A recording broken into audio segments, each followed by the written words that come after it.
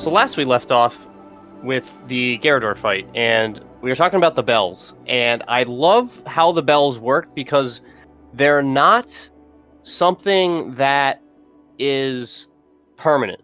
You know, he can destroy them if he hits them with a direct charge attack. Mhm. And you can't destroy him. Like, you can shoot him all you want, and it's fine. Shoot it, knife it, whatever. But because his claws are more powerful than a rifle shot or a rocket launcher. Gameplay story segregation. Well, I mean, you know, for the sake of argument, he is filled with a gigantic Plaga, which is... That was not actually a complaint. That was just poking fun at the gameplay story segregation tropes of why you can't use a Phoenix down on Aerith. Because no one wants her. Shots fired. Anyways, but yeah, the fight itself is, you know, pretty fun. You have the center column to like kind of kite him around if he breaks the bells before you can finish him off. And obviously a flash grenade's not going to do anything against him. You know, you can use a grenade on him, but I feel like you're better off just going with, like, you know, the sniper rifle or the shotgun if you're low on sniper ammo. Yeah, I mean, this was for me the first real boss battle where there was, you know, a strategy in mind, because it's not just a straight just shoot him in the head and move on. It's like, oh, his actions are dictated by sound and not sight, which is so cool. Yeah, and not only is it like not shooting him in the head, it's like you can't even shoot him in the head because he's wearing a giant iron helmet. Like, there's one point later on where you fight him with more people, but I really wish we saw him in more fights with other characters, because then you have to balance but if I shoot these enemies to try to clear stuff out to give me space, I'm going to have them after me. But if I don't clear out the enemies, then I'm going to have to avoid all of them while I'm trying to get a clear shot at him. Like, I wish we saw more of that. Picture this. Gyarados, Regenerador, same room. Yes! That would have been wonderful! I have no complaints on this enemy. This is one of the best designed things they made for this game. I just feel like it, much like the Regenerators, I feel like both of them are underutilized. Certainly. And that their potential could have been higher when put into different scenarios. Certainly, yeah. They definitely leave you wanting more of both. Now, whether or not that's a good or a bad thing, I believe is debatable, but like, there's definitely not enough of them for sure. I would personally argue that now you should definitely want to leave them wanting more, but I definitely feel like this was way less than we could have. They could have done a lot more with them and expanded on them a lot more, and still left us wanting more with them. Yeah, like, if my count's correct, there's 4. Am I missing one? There's the first one you fight. Then there's the one. 2. There's the 2. Oh, there's one in the cage. Yeah, the most cage, annoying of the most annoying.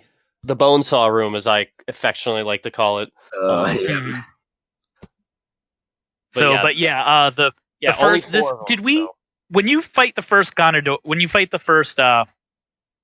my brain just Gyarados. Do you pick up the Magnum before then?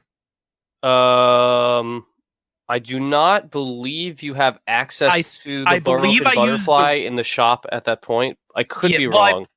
I believe I rifled the first Gyarados, and then I used the Magnum on all the rest of them.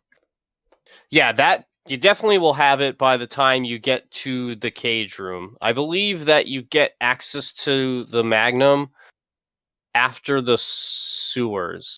Okay. I definitely... after the first Novisador section, I think that's when you get access to it. I could be wrong.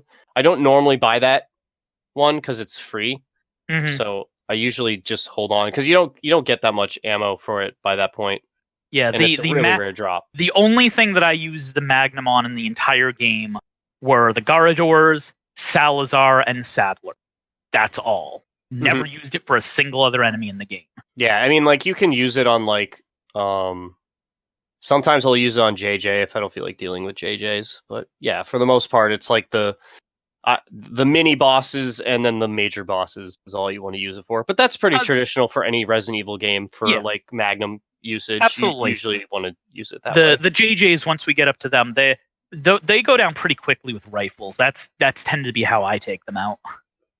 Five rifle shots, and they don't have to be in the head. They can just be anywhere. Yep. Yeah, it's just that's a lot of rifle ammo. I usually don't have a lot by that point, but I use mine kind of laboriously.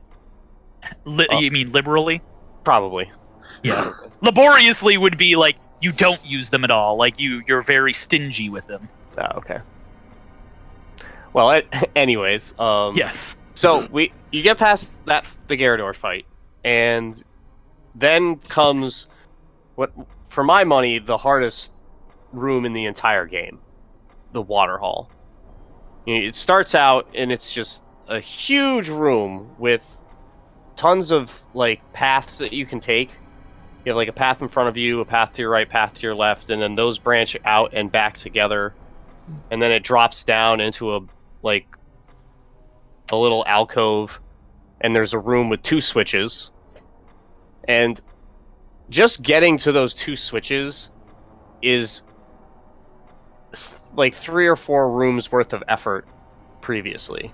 Okay, I had to look up because I'm like, what's a water hall? Because I don't know what the actual names for. Oh, okay. No, this I just looked it up, and this is probably one of the best design sequences in the game. Yeah, because you have like you start out with like I think the max number of sprites the game can have in a room, like because you've got 2 shield guys, 2 archers, the red zealot, and then like two normal zealots with maces, like just immediately on the floor, and then you have to run. There's more guys. There's like 3 or 4 more guys like peppered out throughout the like downward like steps area. This does bring up one thing I'll say with the crank in the room. Yep. It's kind of funny when it goes, who's going to operate the crank? The 2 or 3 times you get to a crank in the game, every time I've eliminated all of the enemies. So I'm like, okay, have Ashley operate the crank because something else is going to happen. Oh no. I guess this is just like if I decided to like run past everything and just have her crank while I'm defending things. Yep. Yeah, that's like how you do it in the speed run. You just kind of like run by everybody, unlock the crank. Like, well, that's how I was playing the game at the very beginning. And then the RE4 taught me, no, that's not how you play this game. You just kill all the things and then progress. That's how you play. Yeah. No, that's how you should play for a casual playthrough for sure, because that's definitely the safest way to go, is to like clear the room. Because the running past everything to save your ammo is what I was trying to do at the very beginning, because that's how you play a traditional Resident Evil game. Right. Like you only kill what you have to kill. But sounds like the speed run is more your taste. Then I'll have to tell you how to do it later. Okay. And yeah, I mean that sort of conservative play might work in the village, but definitely not so in the castle. No, absolutely not. But yeah, so the castle has my favorite and least favorite enemy. But yeah, so you lower that crank down, and it drops a set of stairs and unleashes like even more guys. And then you have your first the first sniping section, like real sniping section in the game, where you have 2 cranks that are like raised up on these like thin platforms, basically, that go around the edge of the giant room you're in. And only Ashley can get up there. She has to like piggyback on your back to get up to it. You're basically like protecting yourself and her, and I feel like this is one of those sections where like if you haven't used a sniper rifle yet, this is where you learn how to use it, because you can do it with a handgun, but man, you better be really good with it. Yeah. You better be aiming at their legs and try to knock them off so you can take them out regularly. But Yeah, this section with the sniper rifle's pretty standard, just like get some headshots in on the guys that are on the platform with Ashley, and then just like, take care of the shield dudes and, deal with the guys on your level with the normal amount of combat that you do. But I like these sections with Ashley because each one causes you to have to do separate things to interact with her and the enemies around her. And they're constantly changing those axes so that you're never you never know what the next thing is going to be. And I appreciate that in a game like this because of how linear it is. It still feels like something new is going to happen in each room, despite the fact that it is a very linear game. Yeah, and it's like when having played this game and seeing this type of setup, though, where it's like enter a room, kill everything, enter the next room, kill everything, enter the next room, kill everything. Then I'm sure Dead Space saw that, and when the developer for Dead Space saw that, and yes, we're gonna do that, but for 3 full games. We're going to do that, but in space. Yes, and for 3 full games. Oh man, yeah, no, that's a series I haven't touched yet. Yeah, I want to play that as well, for sure. I did enjoy that, but I did enjoy Dead Space. But yeah, just keep in mind, this whole water room in RE4, that's Dead Space, but in every room. So just giving you a heads up. But sign me up. But back to the cultists here. Sure. So Ashley raises the 2 platforms out of the water. You flee, and then she falls into one of the stupidest traps in any trap-making history, and you'd have to roll a nat 1 to fall into this trap, and she rolled a nat 1 and then tripped on the die and cracked her head on the floor or something. If my DM trapped me in this in a D&D campaign, I would quit the game. You would be forced by law to burn your character sheet and then never play that edition of You're Dungeons no and longer Dragons. allowed to DM anymore. We're taking your rights away. But yeah, Ashley gets taken away, and somehow they don't know where she is either, which works out. And we go into the I don't get that. I don't get that. It's their trap. And once you see where she is, I'm sorry. I'm not questioning it. It made no sense. I just want to move on. Okay, we're going to move on from that. Please. When you said at the beginning there are flaws in this game, this is specifically what you meant. Yeah, this is a video game. It's not perfect.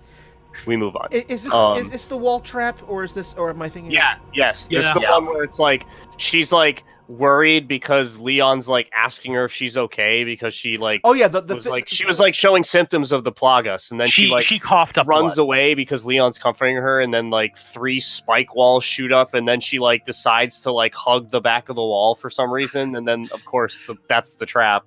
Yeah, which nobody would ever fall into. But also, you notice those spike traps don't do a goddamn thing afterward. They don't come up and attack. You can walk right over them. They do nothing. Yeah. Yeah, it's just a one-time thing. Yeah. Once someone gets trapped in it, it's just done. That's it. But yeah, then we get to definitely some of the most tense combat in the game, in the Novistadors in the sewer sequence.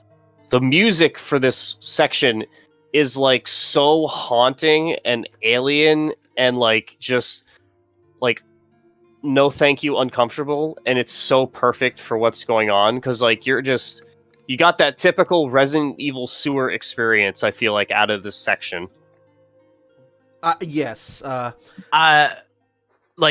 You can go first, Brian. Just the music combined with the insect chittery noises that they make, that was definitely a sort of a skin crawly moment during my first playthrough. It reminded me a little bit of the wall masters in Ocarina of Time, except they won't take you back to the start of the dungeon. But yeah, and especially because they're camouflaged. I mean, you can still see their sort of that was my. You can still sort of see their stealth camouflage Yeah, like you could see their breath and like their eyes don't completely disappear either. You can kind of vaguely see them if you like zoom in on. The first time you see one of they do that little part where they teach you how they go invisible, like at the very beginning of it. Yeah. Yep. After that, like the music was good, but there was no challenge at all because I just took out a rifle and just shot them because you can still see them pretty easily, and they go down to one rifle shot. So I never fought a single thing that whole time. That's what makes it so good is like if you don't take it casually and carefully like that, and you like just are even just walking through and you're not paying attention, like you're just gonna get an acid bath or like one of these guys to jump scare and like land right on you and then like start puking on you, or just it might just slice your head off in one hit because they're really strong, and if you're not at full health, they can just decapitate you. I guess I just wish like maybe they threw some Ganados or something behind you eventually to make you have to move forward or let the insects know that you're there, like something to put, because there's nothing that forces you forward in this. You can take as much time as you want, and if you do, you're never going to get in a fight. Well, yeah, no, and that's just you cracked the code early. That's basically all that is because if you don't catch that cue at the beginning where like they turn invisible, like say you didn't like notice, or were slow on looking, you don't know, and you think maybe it just ran around the corner, and then bam, it's right there at the end of the hallway. So, okay. Again, like a lot of this stuff is just like there are a lot of different ways to play this game, and some of them will work a lot easier in your favor than others. And if you're a seasoned Resident Evil veteran, then this game will probably be a lot easier than it could be for you. And that's perfectly fine. Difficulty doesn't always dictate quality of game. I will absolutely 100% agree with that, because I don't seek out difficult. Like whether a game's difficult or easy has no thing on whether I'm going to enjoy the game or not.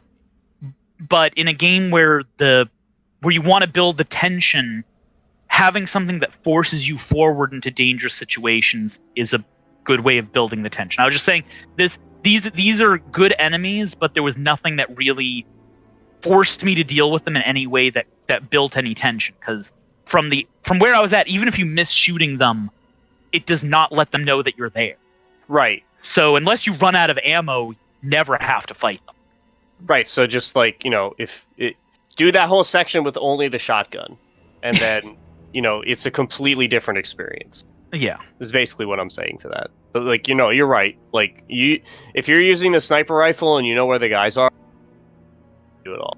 Like unless like you said, you run out of ammo.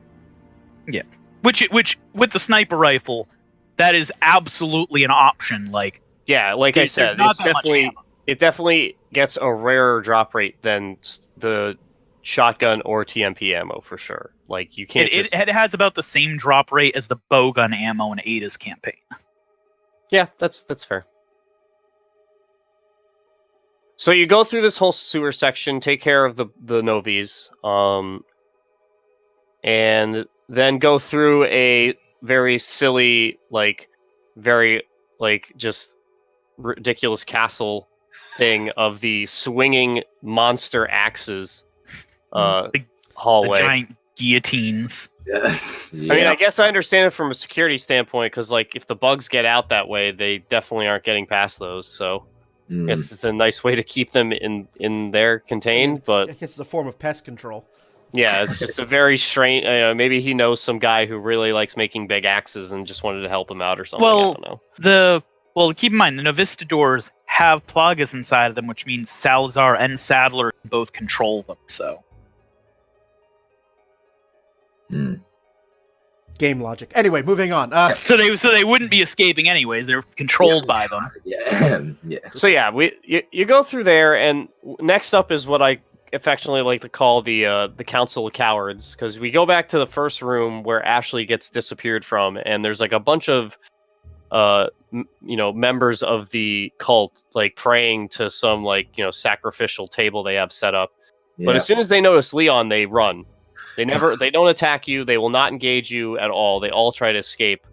And if you like flash them or like get past all of them before they notice, the doorway towards the sewer entrance that you came in from will close, and then you can just trap all the guys and kill them for their monies.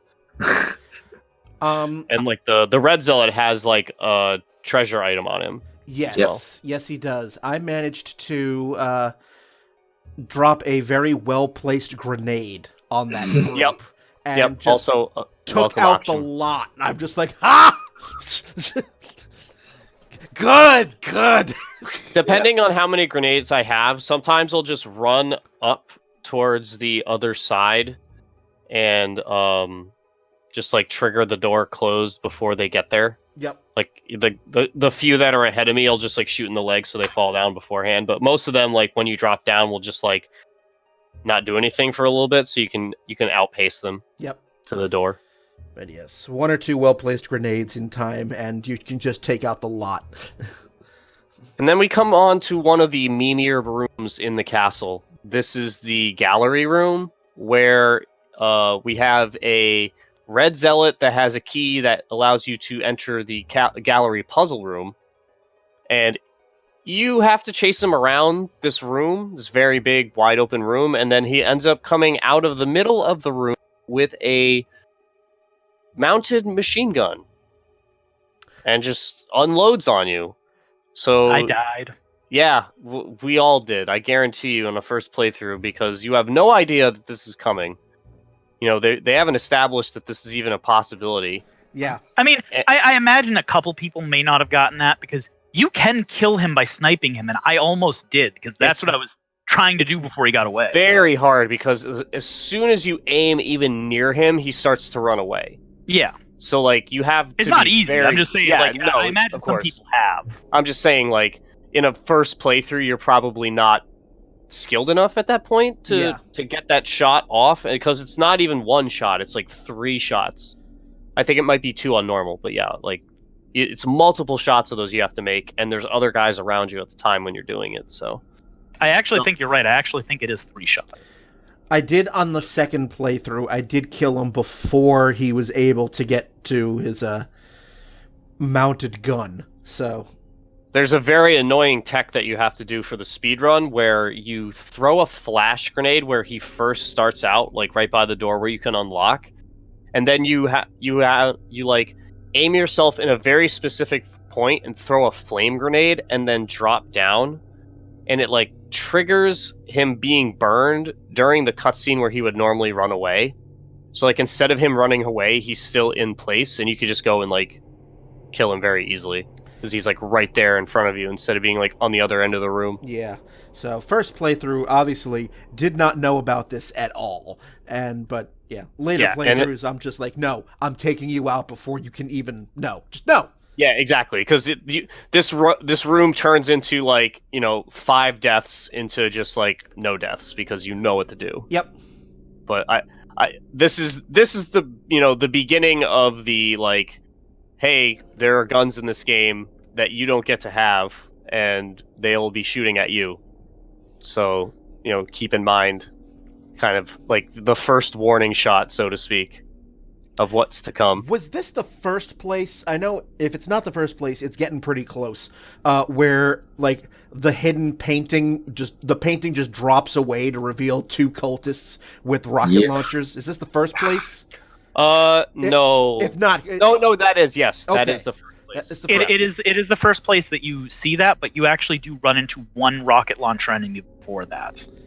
But they're not hidden. No, right? No. I was specifically referring to the hidden ones. Yeah, the next one is right after this section. Yep. Because after you kill that red zealot and get the key, you have one of the puzzles, the one where you flip the pictures of the number of, one side has, they're all being executed, and you have to get 6 of them on the board. Yep. That, it's a very simple very puzzle. traditional Resident Evil puzzle. Yep. And, you go through there, and then it's the room that you're talking about, where there's like multiple things you have to do in the room. You have to raise a platform that has the chest with one of the pieces for the Chimera. But to do that, you have to like turn the security off and then raise the platform. So it's a very big room with a lot of stuff going on. And then, like you said, there are like multiple points where rocket launcher guys will just pop out of the wall and just shoot them at you, and you have to be very careful or you'll die, because 2 rocket launcher blasts puts you at 0 health pretty easily. Mhm. But I like this section because it starts to introduce more of the like terrain combat, where like you have guys on multiple levels that can attack you from multiple levels because of how many archers they had in that section. You know, you can't just like get a group of guys together and like knife and shoot them all day, like, because you'll have like 3 archers shooting at you while this is all happening, and then oh wait, there's another rocket launcher coming my way. Oh wait, you know, it's a very good oh wait room, where like each time you think you've settled it, it's like, oh, here's more, oh, here's more. Also, another very well designed room. Yeah, the castle has so many of these set pieces like this that have like they have their very own unique flavor to it that doesn't really take away from the overall level, like whether it's castle, village, or island, but has their own unique parts to it that like add to it for sure. So we go through there, and then we get to just more corridors, and I always mix this part up because in the speedrun, which is what I've been playing more recently, we skip this whole area. You can actually use the TMP to shoot locks on the other sides of doors and open doors that you shouldn't be able to. But this next section is the maze section. So we go around, we find a door that's locked, and that an open window that we might be able to get to later if we had Ashley with us. This eventually will end up having the broken butterfly, which is obviously a free magnum, which is very powerful and very nice to grab when you have the opportunity. Always nice to get free weapons. Yeah, especially ones that have very rare ammo drops, so you just get like 6 free shots for the magnum for absolutely no money at all. I suppose here's something we should have brought up back during the merchant, but if you upgrade the ammo capacity on your gun, it automatically refills it to whatever the new maximum capacity is. So if you wait until your guns are nearly empty, especially on rarer guns like the Magnum, you can get a bunch of free bullets. Yep. It's a common strategy for sure used, and it's also good for the the rifle as well, because the rifle has, like we've been discussing, a much rarer drop rate for its ammo, and being able to like, oh hey, this upgrades to 24 shots, I'll get 24 free rifle shots now because I didn't just automatically reload all my guns like a traditional gamer would want to. I never upgraded the Magnum, but I definitely took advantage of that with the rifle. Yes. To get the extra ammo. Same with the shotgun, but that was less important because I had literally 100 shotgun ammo by the end of the game. Yeah, you're always like, it's handgun ammo, then it's shotgun ammo. Those two you usually have some capacity of, unless you're we'll talk really about focused on it. We'll talk about it once we get to the island, but I got to the point once I got the striker and upgraded it that it basically just replaced the handgun for me because I had so much ammo I needed to get rid of it, and I never ran out by the end of the game. Yeah, for sure. The striker is a very unique weapon in this game. Yeah, we'll get there. Definitely want to cover for sure. So yeah, we come to one of the more unique parts of the entire game, which is the maze section with all the bad puppers, and it does a very good job of like making it so that you don't really know where the dogs are at any time, because you can always hear them, even if they like. I feel like you can hear them beyond your normal hearing range, if that makes any sense. I don't think it's you can hear them beyond your range. I think it's the bushes, the hedges don't count as walls, so they don't impede your hearing. Right. Okay. That's fair. But yeah, just like again, unease. You don't feel like ever safe in that maze, like at any point. Like you're always like on guard. Like every like couple steps you take, you're like you hear a new noise, you just stop and you just like are turning around, like constantly like waiting for the dog to appear. I suppose the problem for me is when you start the maze, when you go down, you start above the maze and you can see down into it. And if you use the rifle, like not necessarily to even shoot the things, you just know where the enemies are. So when I went down into it, like I never really I never got surprised by the enemy. Definitely being able to hear them the way that was definitely unsettling, so I'm not gonna not give them credit for that. But like, and I don't even think the maze was super well designed for you to be surprised by enemies with their placement. Well, there are a couple of jump scare points where they like have dogs just like appear once you pass a certain point, and they're not, you don't see them on the the screen until you like pass through the trigger for it. So, but yeah, no, I mean like from where the initial placements for the ones that are always there aren't really any places where they can come up behind you. Right? Yeah, no, that's true. And this maze has a common theme of the two pieces of a like key, quote unquote, to open the door. Mm-hmm. And you go through the maze and open the door and finally get to meet everybody's favorite secret agent, Ada. Again, Chris Redfield. No, definitely not Chris Redfield. But yes, the long-awaited reunion between Ada and Leon, and wearing the glasses that she will never wear for her entire campaign, and then we see her with them in this one cutscene in both ones. This is what Google Glass wanted to be. Yeah, right. that is my only complaint. I actually really like this part. But then you do Ada's campaign and you play it, and she's not wearing them at all through the entire thing. They never show she has them. And then it gets to this cutscene, and she's still wearing them, and I go, wait, where the fuck did she get those? Why have I not been using them? Yeah, I mean, really, but yes, the long-awaited reunion, and it's just, you're working for Wesker. So that for me was like, ooh, there's more, there's backstory here.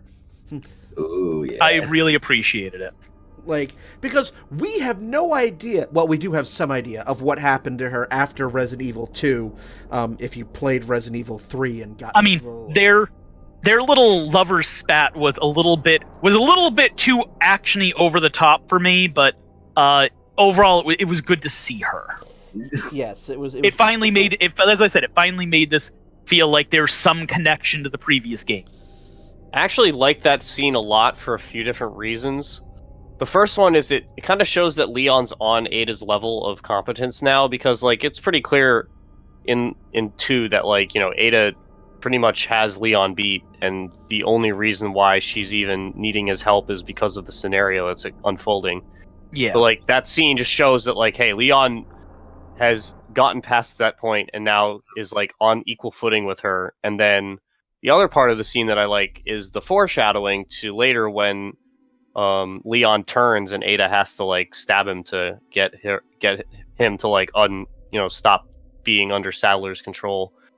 Yeah, you're gonna want to use a knife in close range combat. Yep. Can we say at this point that everybody in the entire game is just like, all right, Leon, come on, just go and sleep with her already, damn it.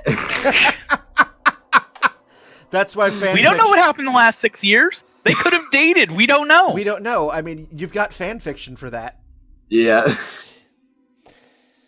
I'm sure. Yes, we do. Yeah, fills in the gaps nicely. But yes, very nice to see the two together. And, there's a lot... Fills in the gaps nicely, if you know what I mean. It's, shut up. I feel like you were going there. Shut up. Belated. But yes, there's like, oh, wait a minute. Now there's more backstory. I wanted to see what Ada's been up to these last 6 years. So we get that. Have a whole own scenario.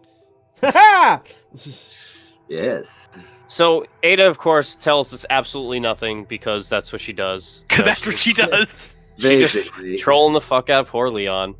She's a tease, basically. And I mean, she did save us against Mendez earlier. yes, Yeah. she's just doing her job, as they say. And so we move on into the next section, which is like this weird long dinner room, like dining room, and all these cryptic comments, and then a picture where you have to shoot a bottle of wine to unlock the gate. I don't even understand. Like, when I did this, I went, okay, it's telling me the order. You start with this, then you go to this, then you do this, and then you end with this. I thought I was going to have to shoot all 4 of them in order to complete it. And then it didn't do anything. And I literally went and looked up online, and it's like, just shoot the wine bottle. And I go, fucking why? They don't give anything that goes, you need to just shoot the wine bottle. No, the only clue that I had for figuring that out in the first playthrough was the laser dot. Yep. Yeah, that was. When in doubt, trust the reticle. Trust the reticle, but yeah. So that still was a very, first of all, very poorly designed on that for that puzzle. But 2, because the thing was so far away, I was using the rifle, and that doesn't have an aiming reticle. No. A dot. No, it doesn't have. It has its own reticle, but it doesn't light up when you're over something you can shoot. Right. So that didn't help. So I mean, this is here we are. This is we're in chapter 3 at this point, and we're going to top the the Final Fantasy VII podcast. It's looking like that's the current plan. Apparently, you're gonna milk this for all it's worth. But yes. Probably one of my most hated areas of the game was in this room. It was the cage match with the... Bonesaw is ready! It's like, I'm just waiting. It's just like, just waiting for an announcement from Mean Gene Okerlund to just... I died the first time the cage dropped, but then I went, okay... Because the cage dropped, I saw the door, I ran for the door... I was trying to kick the door in, and then I get murdered by him chopping my head off with claws. Okay, fine. So then I equipped the rifle, go into that. One rifle shot took the thing off, and then ran out. And then just killed him from a distance. Yeah, that's... And the Gyarados around. The game kind of gives you a hint. If you can get over to the cabinet in the corner, there's a flash in there, so... What I like to do is just throw a flash and then break the door down without... Because you can get shot by the archers if you're like trying to chop that door open or shoot at it. And if you even get stunned for a little bit with him so close to you, he can just like combo you dead. Well, as I said, I didn't use grenades because I forgot I had them. I was saving them for a rainy day.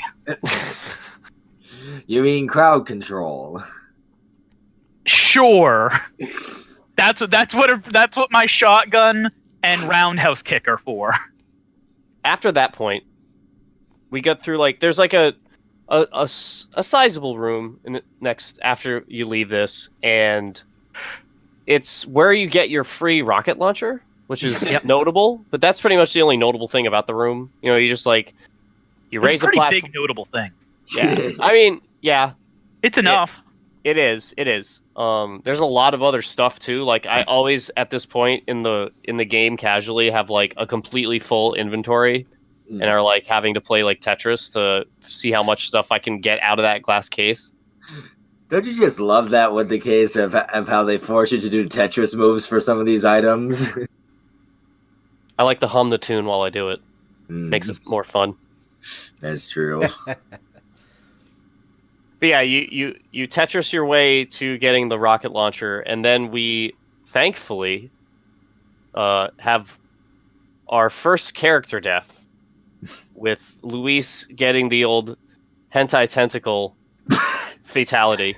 Yeah, and from Sadler himself. Because throughout yes, Brian. Yeah, because throughout the story, you've been picking up notes that you find out that he's also a scientist, and he's been doing. He was hired by Sadler to researched Las Plagas, and so you're getting little drops as to the research that he's done, and he gives you your pills, which no one thinks to take until much later. Like, oh yeah, I've got these drugs that could help stop the progression of the parasite. But yep, that was a complaint I had. That was like if I was Leon in that situation, like the second I got that bottle of pills, just be like, all right, I'm gonna eat these like M&Ms. Do you have an instruction? How often can I take them? Yeah. I'd be doing it every hour. Yeah, something. But no, he doesn't do that. He just holds on to them, and he's trying to retrieve a sample. He's trying to retrieve a sample of Las Plagas. We don't know why yet, but yeah, he comes in. He's all triumphant. I got the sample. Haha, good. And then yes, then shank. And then, as you correctly stated, the hentai tentacle of death. Especially when you see where that tentacle comes from. Yeah, it's not where you want it to come from for sure. I'm like, oh. Just like the death of Luis couldn't use your arm. You couldn't. No, you couldn't use your arm. You had to just Well. wow. The death of Luis was such a waste to me. Like we still get his writings spread throughout the castle and island, explaining all these things to us. That would probably have been better if he'd been explaining them himself. Like, I don't have a problem with him dying before the end of the game, but with how little we'd seen him up till here, and how they built him at that point, like, it really felt out of nowhere that they killed him in a bad way at that point. I think they just wrote themselves into a corner and didn't really have anything else to really do with him. So they're just like, let's just get rid of him. Oh, I agree, but that's coming from an author. That is not a sign of good writing. when the whole I don't know what to do, so we're just gonna kill some people off. That's usually not a sign of somebody who plotted. And I'm not gonna say this is like a big flaw or anything. No, just it felt like they have more information that they want him to give us. But then they kill him off there, and then just decide to give us his writings random. But to explain how to take the shit out of us later, and what the Las Plagas is, and what all the plot stuff that we should probably have been getting from him, we get from the missable writings. Yes, and which it's kind of disappointing because if you miss any of those, you are literally going to miss rather sizable sections of the plot, which it was not the way it was done in previous ones. Yeah, and and obviously his death is permanent. You see the pool of blood. That's the telltale, Right. That's it. He is not instantly compostable the way the every enemy has been throughout the game. Not the chainsaw enemies. The chainsaw enemies stay for some reason. Not enough compost. So yeah, not enough instant composts. Right. Or maybe it's the burlap sack that works. I don't know. It holds the burlap sack holds them together. It holds it together. That's all they're held by. But they're oogie boogie. So that ends that chapter. And oh, by the way, in this very same room, somebody else has the balls to demand your attention.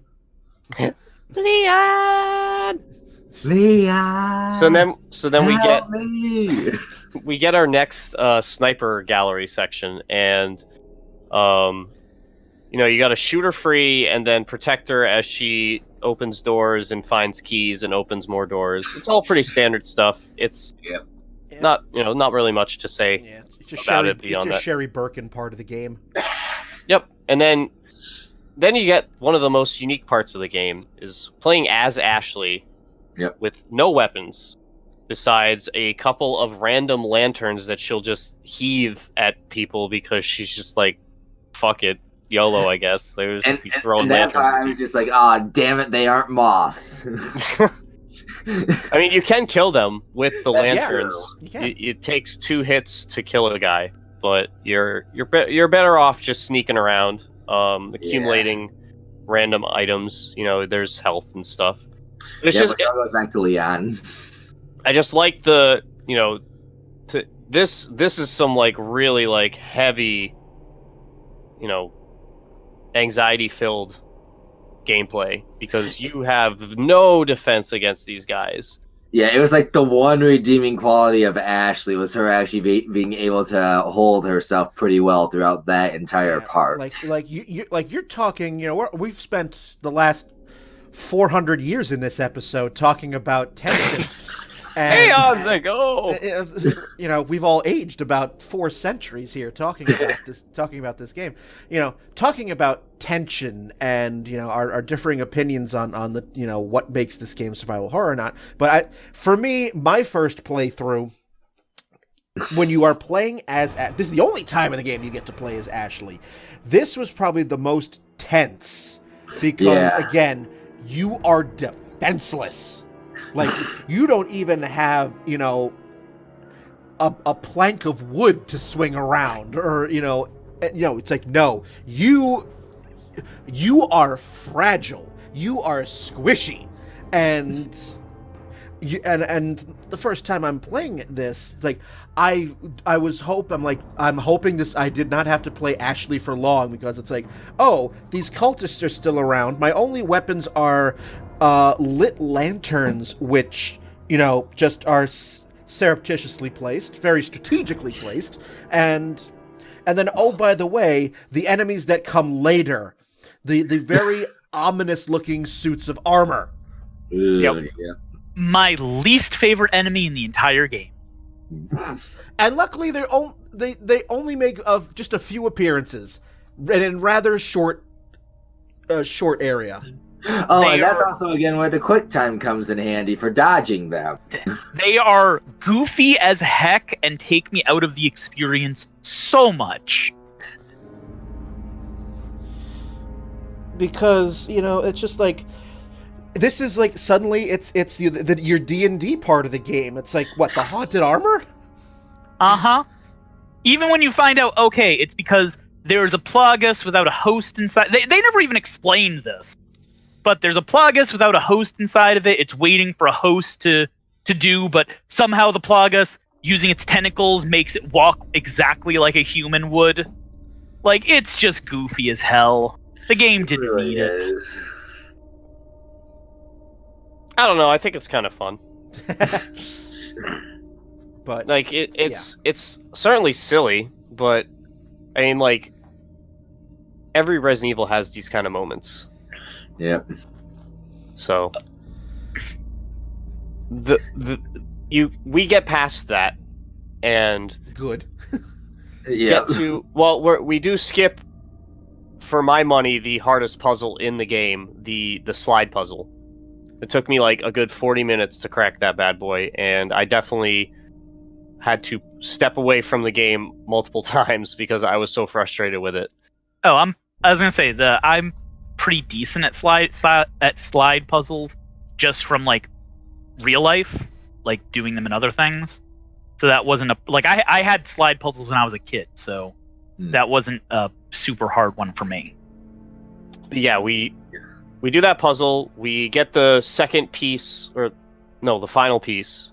Oh no, second piece. Yep. The second piece of the Chimera puzzle, and then flee wildly away. Run away! Doing awkwardly camera-angled dodges. And then finally reunite with the great hero Leonard. The rest of this section is just, like, pretty... Like, the setting is weird because it's a lava room, but it's just traditional combat. Again, this in the cat... Like, where did they get where's the lava? I don't remember Spain being super geologically active. I don't remember many volcanoes in Spain. They got a mine. They're digging down low. They're digging past the crust. Yep. They needed some farm fresh lava, okay? Because what mansion wouldn't be complete without it? But yeah, you ride the physically impossible device to go across, and then basically just snipe your way through the whole section. You know, just shooting the dudes off the dragons and get that final piece to get the hell out of there before your mind comprehends what the hell's going on in the room. Yeah.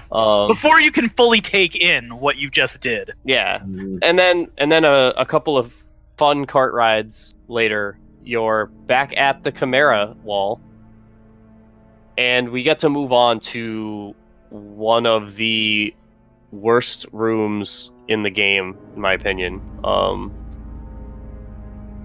I despise the second Novistador section.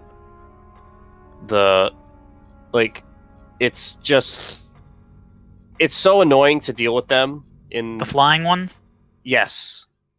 So it's, I mean, first you get the King and Queen's Grail, but those are pretty like whatever. Like, you know, Spencer? the Queen. What? I feel like I feel like we are polar opposites in every way for this, because I was going to praise the flying Novistadors. They're just like they felt like the hunters or lickers of this game. I just don't like how the damage for them is different. Like, if they're in the air, you just one-shot kill them, no matter with any weapon. But if they touch the ground, then they have like 3 times the health and have a bunch of other abilities, and it's just very confusing. Okay, I just like, I felt like the reason that they one-shot in the air, you're just knocking them out of the air and then they die from the fall. Just like with the Ganado, if you knock them off of a bridge, they're going to take damage falling down. Sure. But it's not like they're dying from the fall damage. Like, they're dead when they get shot. Like, it's okay. Like, they're immediately dead for sure. So that was just like, you do a lot, as you said, you do speed running, so you're going to have a very different experience as well. Yeah, no, of course. So that's probably part of it as well, because I can imagine they'd be irritating in a speed run, but like that whole, like, I didn't really have any strong feeling on the invisible ones because I just felt like they were never any kind of threat, but I was never happy when the flying ones were around in a good way. Like, I never, as you were saying earlier, I never felt safe while the flying ones were around. Yeah, exactly. Like, there's no vantage point you have where you're like, oh, I won't get attacked by one of these things. Ah! Yeah, so I felt like that was very effective. Yeah. No, it was...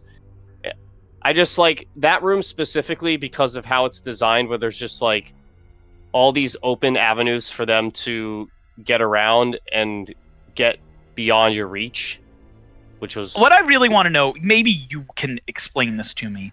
What the hell is the giant fleshy sack, and why was it completely like pointless in the actual game, even though it feels like this should be a boss of some kind? Honestly, I feel like it's probably just a nest where were eggs, because like if you blow it up, it drops like 10 or so of the eyes that those normally drop, like when you kill them. So my guess is like it's just that room is a nesting ground for them. Yeah, and that's just like a natural nest they built. That was the interpretation that I got as well. Because like a few of them are just like attached to it when you walk in the room, like even after you like get attacked, like a couple of them just hang on to it like as if they can't go off of it, because if you shoot them they just fall to their deaths. They don't react or anything, they just die. I figured it like what I figured when I went into that room was that it was going to open up and I was going to fight an insect queen, whether it would fall down or if it was a massive thing inside of it, and then that didn't happen. Nope, they just annoyed you with a bunch of them. Yep. And you had to shoot a bridge down at the same time. Yep. And, if you wanted to get a bunch of treasure, you can, shoot the hive down. But... Yep. Yeah, exactly. And that helps you fill out the butterfly... Yes. Lantern. Yep. With those eyes. But yeah, then the next section's pretty standard. Like, it's just a big tower. You go in, you shoot the 3 blocks, keeping the gears from moving. You... unleash it so that it changes the bridge to go to the other side. There's like some catapults that you can shoot down if you want, but they're not really like, they can't hit you for a good chunk of it. And then you get this like you come back down, and like it's just standard combat. There's not really much to say, in my opinion, on this part of it. You cross the bridge, and you get one of the first RPGs in the run, enemy RPGs. You get one of the zealots with the bone skull helmet. Mm-hmm. They have that RPG. But that section is just kind of like it's such an easy way. You can protect yourself so easily on that bridge that it's like whatever. It's not really that hard. But then the next room is great because you get 2 Garradors. One of them is heavily armor plated and has more HP, and then you have actual other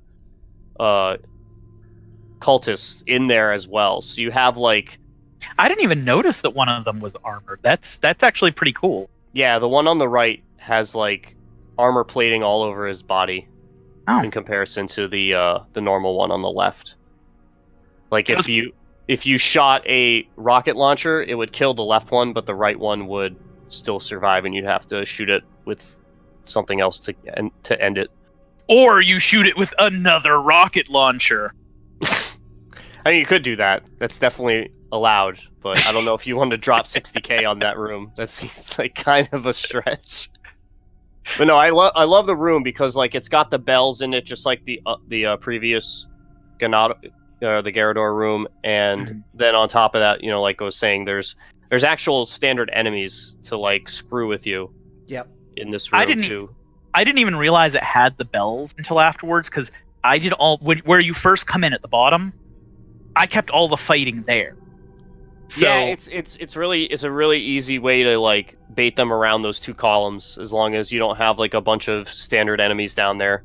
Yeah, I baited them down with noise, and then once they were there, I just took them around the column, sniped them with the Magnum, and then I don't remember if it was 2 or 3 shots. Like it's not a whole lot of shots in the Magnum, and they go down.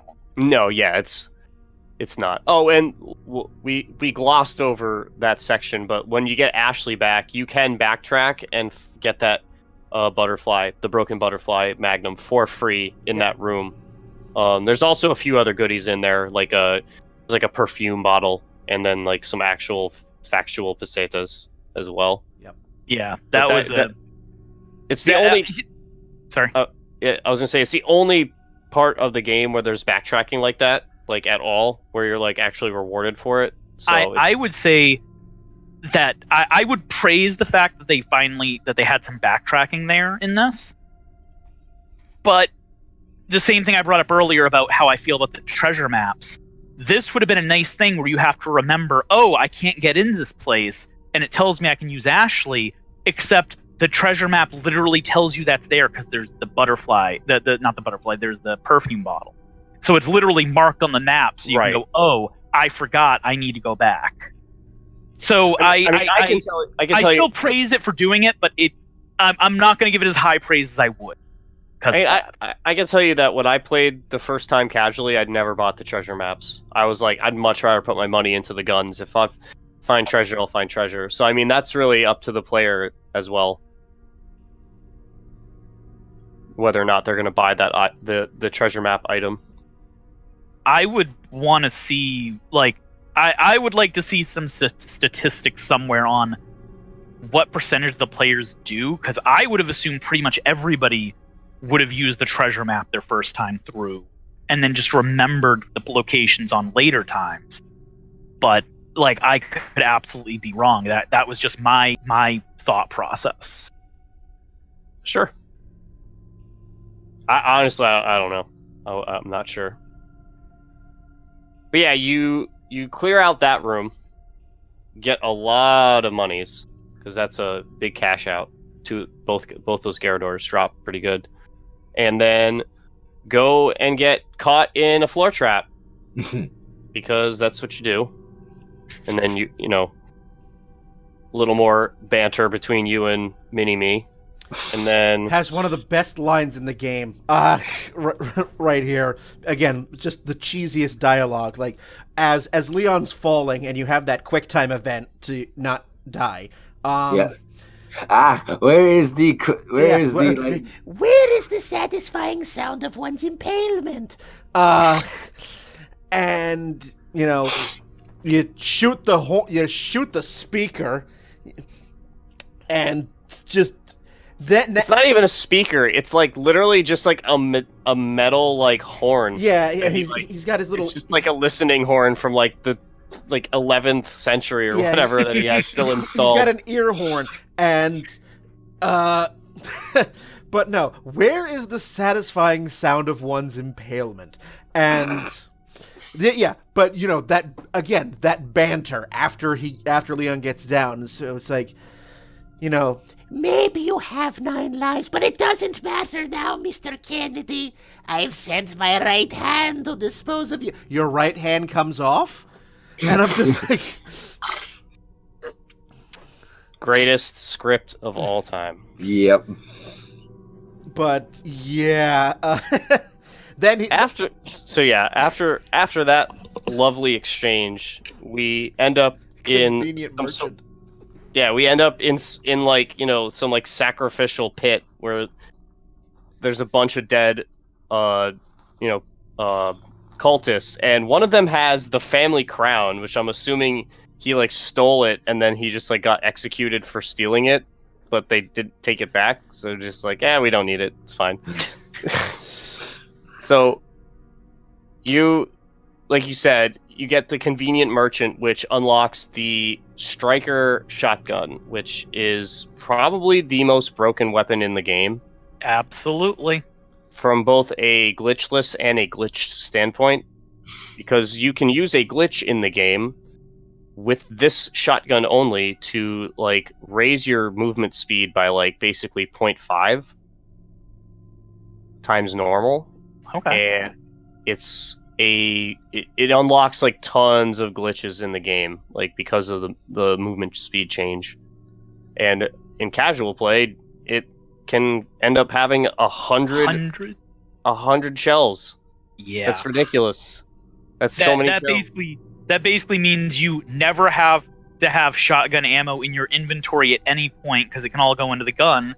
But also, the first time you upgrade it, you gain 80 shells from the previous? Yeah, exactly. It's like, I think it goes from like 24 to 100 or some ridiculous amount. Yeah, and then on top of that, it's like 4 units smaller than any of the other shotguns, so it's taking up less space in your inventory on top of that. Once we got to the island, basically all close range combat was done with the shotgun. Like, I didn't even play around with the handgun anymore, because I have 100 bullets in that gun, and that's before any shotgun ammo I've picked up sitting in my inventory. Honestly, by this point of the game, I'm running low on handgun ammo as it is. So it's a pretty nice transition point, because I'm usually like down to like 1 box of handgun ammo. I'll use it, and then I'll have to switch to like TMP or shotgun, because of just like it. I'm pretty confident that the drop rate is changed or altered at a certain point around the part where you get Ashley back, where you're just getting less handgun ammo, because I'm assuming because you have access to more weapons at this point. I would be curious if it's changes depending on what point you are, or because we already know it changes when you first get a gun. I'm wondering if, depending on what gun upgrade you have, it weights more that you get that ammo. I do not know. So, like, if you get once you get upgraded weapons, it's gonna weight that ammo more heavily. Right. I don't know. That's just what that's how I assumed it worked. I know what you're saying. I have no idea. But anyway.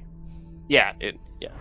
So we go and then fight the right hand of Verdugo, and it's a great fight, honestly. I love the setup. You go through the tunnel, it like is like predator stalking you, and like, you go through the first door, and then like it like runs to the door and like crashes into it. Then like you're running through to the point where you like unlock the generator I think. Whatever for the elevator to get to work. And The generator, yeah. yeah, it starts like swiping at you from like the floor and the ceiling, and you have to like quick time jump. It's just like you know you're in trouble right away, and then it emerges, and the thing is invulnerable basically to your attack. And I love that. I love that it's just like you can't kill it basically without, like, you can, it's possible, but like the amount of damage you have to do is insane. Like, it forces you to use the nitrogen containers. Exactly. And even then you're still like you have to use all those nitrogen containers to really do enough damage to him to kill him. Yep. But Or use your free rocket launcher. Yes, that's also an option. Which is why I have absolutely no opinion on this fight, because I didn't do it. I mean, it's he looks really cool. I can at least say that. He's done very well. His movement is very like methodical. Like, he'll come at you like hyper slow. He'll literally just pace at you, and then out of nowhere just blur and just come right at you and just start swinging. Like, he can go from like 0 to 60 very quickly, and it makes it very unsettling. And then, you know, you've got your typical like QTE dodges you can do, where he'll like come at you with an attack and you can just like dodge it. But that's pretty much standard for all the bosses up at this point. Yeah, but I mean, it's a tense fight if you don't have the rocket launcher, because again, it forces you to double back and retreat, and you have to use the nitrogen containers to freeze him so that you can finally get a shot off. And, in true classic Resident Evil style, the second the boss is dead, oh, hey, now you can take the elevator, it's unlocked. Well, to be fair, you can actually wait the elevator out, and you can just leave him up there by himself. I did not know that. Yeah, I have friends who have done like knife and handgun only playthroughs, and like they'll basically just like yakety sax with Verdugo until the elevator comes up, and then just leave. And then he doesn't get chased? Yeah, no. Once you get in the elevator, that's it. Wow. He just gets sad, I guess, and just stays in the sewer and just like contemplates what everything that went wrong with his life. Pouty McPout face. So sad. I didn't actually know that. I thought there was another one of the many triggers in any Resident Evil where only by defeating this enemy can you progress to the next level. I did not know you could wait it out. Yep, so like the next time you do it, just like get in that main hallway and just like keep running, and then when he like goes to swing, do the QTE and just like do that over and over. It's silly. It's so silly. Well, I mean, and then the elevator comes and you're just like, bye. I mean, the next time I play it, I'm just going to I have my infinite rocket launcher now. So just be like, right. Well, no, next time you'll have to be a Chicago typewriter in the death. I can do that too. Yes. Yeah. Yes, good. So, good. Moving on. Yes, so we take the elevator after we've either cowardly ran away or manly destroyed it. And it brings us to the mine, where we find out that this parasite was a fossil that got dug up, and this is where they found it, basically. You go through this mine sequence and see all these things, and there's some notes, like always, and then the next room is one of the funniest memes to me, is the double gigante room, where you can give one the lava bath. Oh, I love doing that. I absolutely love doing that. I mean, I love how the camera angle changes when you're like on the lever for it, and it just like pulls to like Leon's side, and he's just looking like all like, come on, come to daddy. Come on, yeah, I'd love doing that. I mean, I wish you could get both. I think that'd be great. Yeah, I understand why they don't do it that way, but I would love it if you could be able to get both. Yeah, I understand why they do that. I think it's stupid. I think like, oh, the handle, oh, it's stuck now. Like, oh, sure, it's stuck. Sure, sure, it's stuck. Or even just getting both in one turn. Like, if you can get them both to fall through in the first pull, like, even that I would be happy with. I had a very unexpected death here. I apparently went and started attacking the one of them way too quickly after dropping the other one in the lava, and its arm came out of the lava, grabbed me, and pulled me down into the lava. Yep. That's one thing we actually haven't really talked about is the amount of unique deaths this game has. Like, virtually every enemy character has a unique death animation that will happen to our poor friend Leonard. Unless you can, unless you're an enemy that has something that can cut somebody's head off, because that is the one death animation they use a lot. Right, but I mean, like, you know, Salvador has his chainsaw animation, and like the Novistadors have their like acid dump bath attack. And, El Gigante literally lifts you up and whacks you around. Yeah, he like crushes you basically. But ground. yeah, and like they all have like unique death animations like that, and I think that some of them have multiple. El Gigante has like 3 death animations for you. Yep. Because he can step on you too. And I'm pretty sure there's a 3rd one outside of him grabbing you and slamming you against the ground and stepping you. I'm pretty sure there's a 3rd, I just don't remember. I will say I've never encountered the El Gigante coming out of the lava to grab you. I've never seen that one, so that was, well... I did not expect that. I expected once he was in the lava, he was done. I was wrong. Not done enough. And then I was done. Yeah. Well, and then I was done.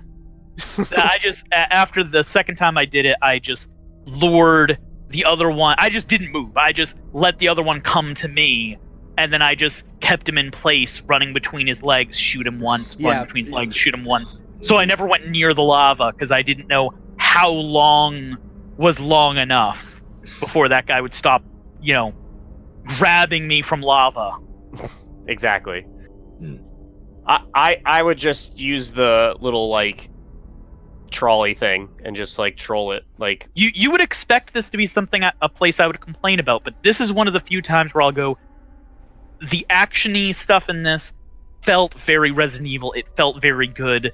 The whole going up and luring them over, and they're trying to destroy the thing you're on, and then you zip line down to lure one over and dump it into the lava. Like that felt very Resident Evil while still having that action aesthetic they were going for. It sort of reminded me a little bit of the final battle with Nemesis, where you have to lure him so that he's lined up with the railgun. So I agree with that. That feels very...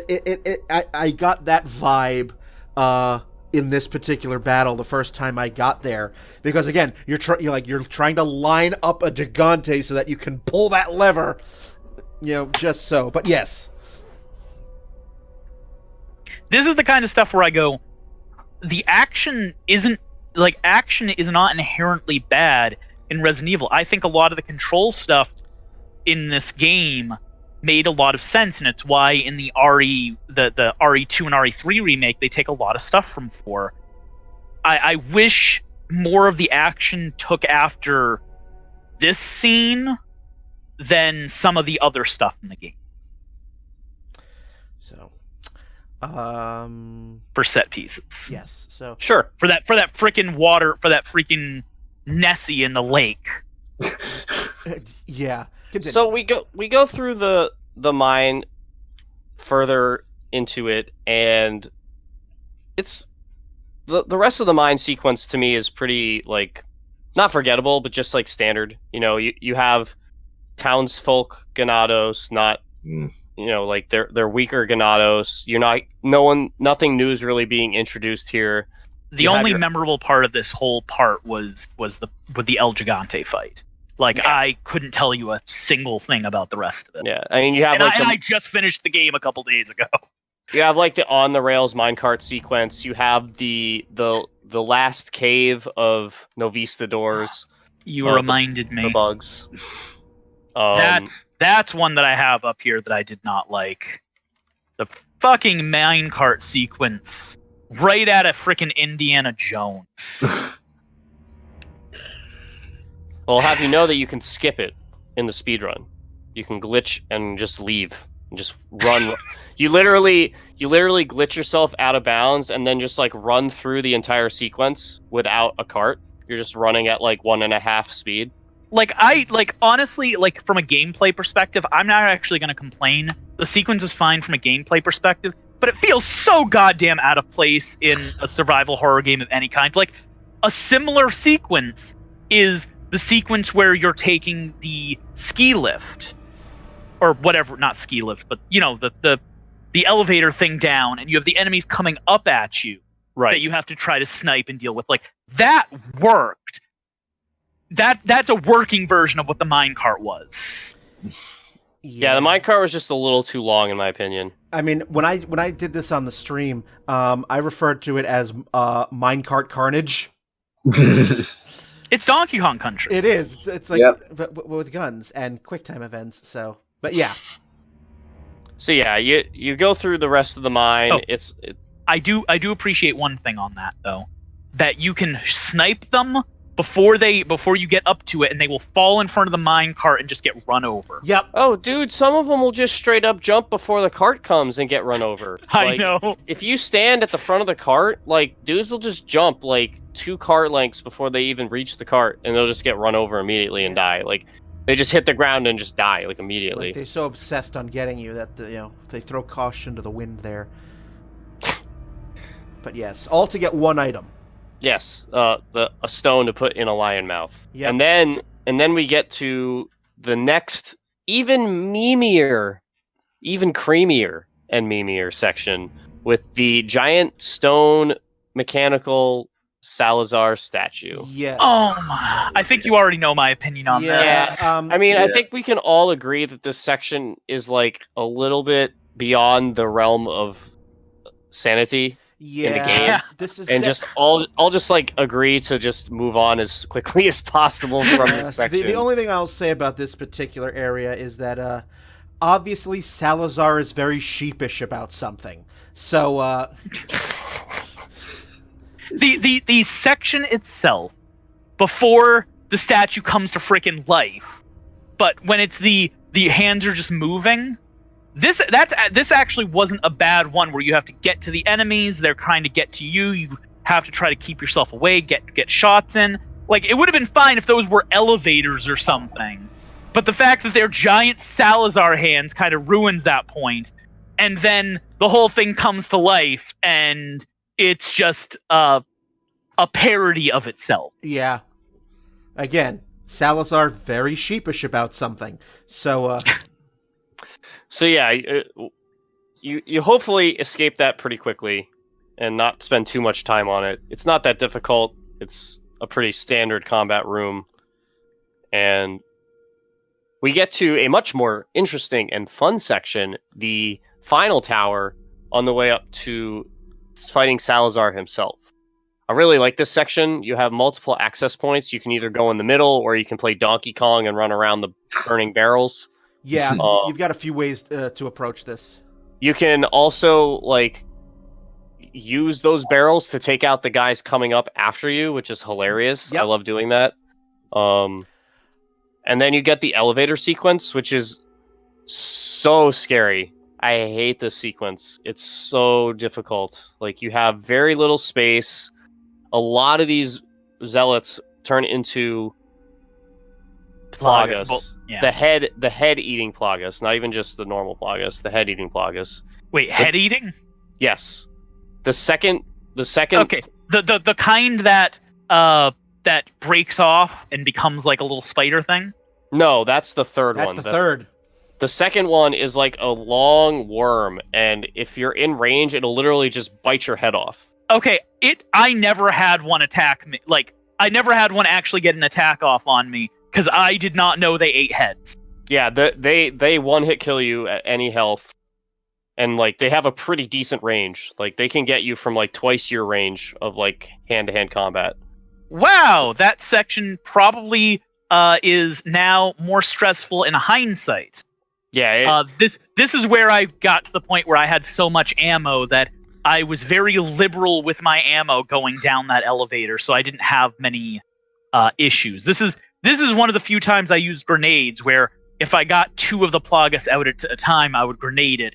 Otherwise, I would switch to the rifle. Sure. Yeah, no, this elevator sequence, you're definitely punished by allowing more guys to come down because the elevator stops moving if you have 3 or more people on it. So you're rewarded for killing them as fast as possible, or if you're aiming right, you can blow them off the side of the elevator as well. Yes. Both equally as good.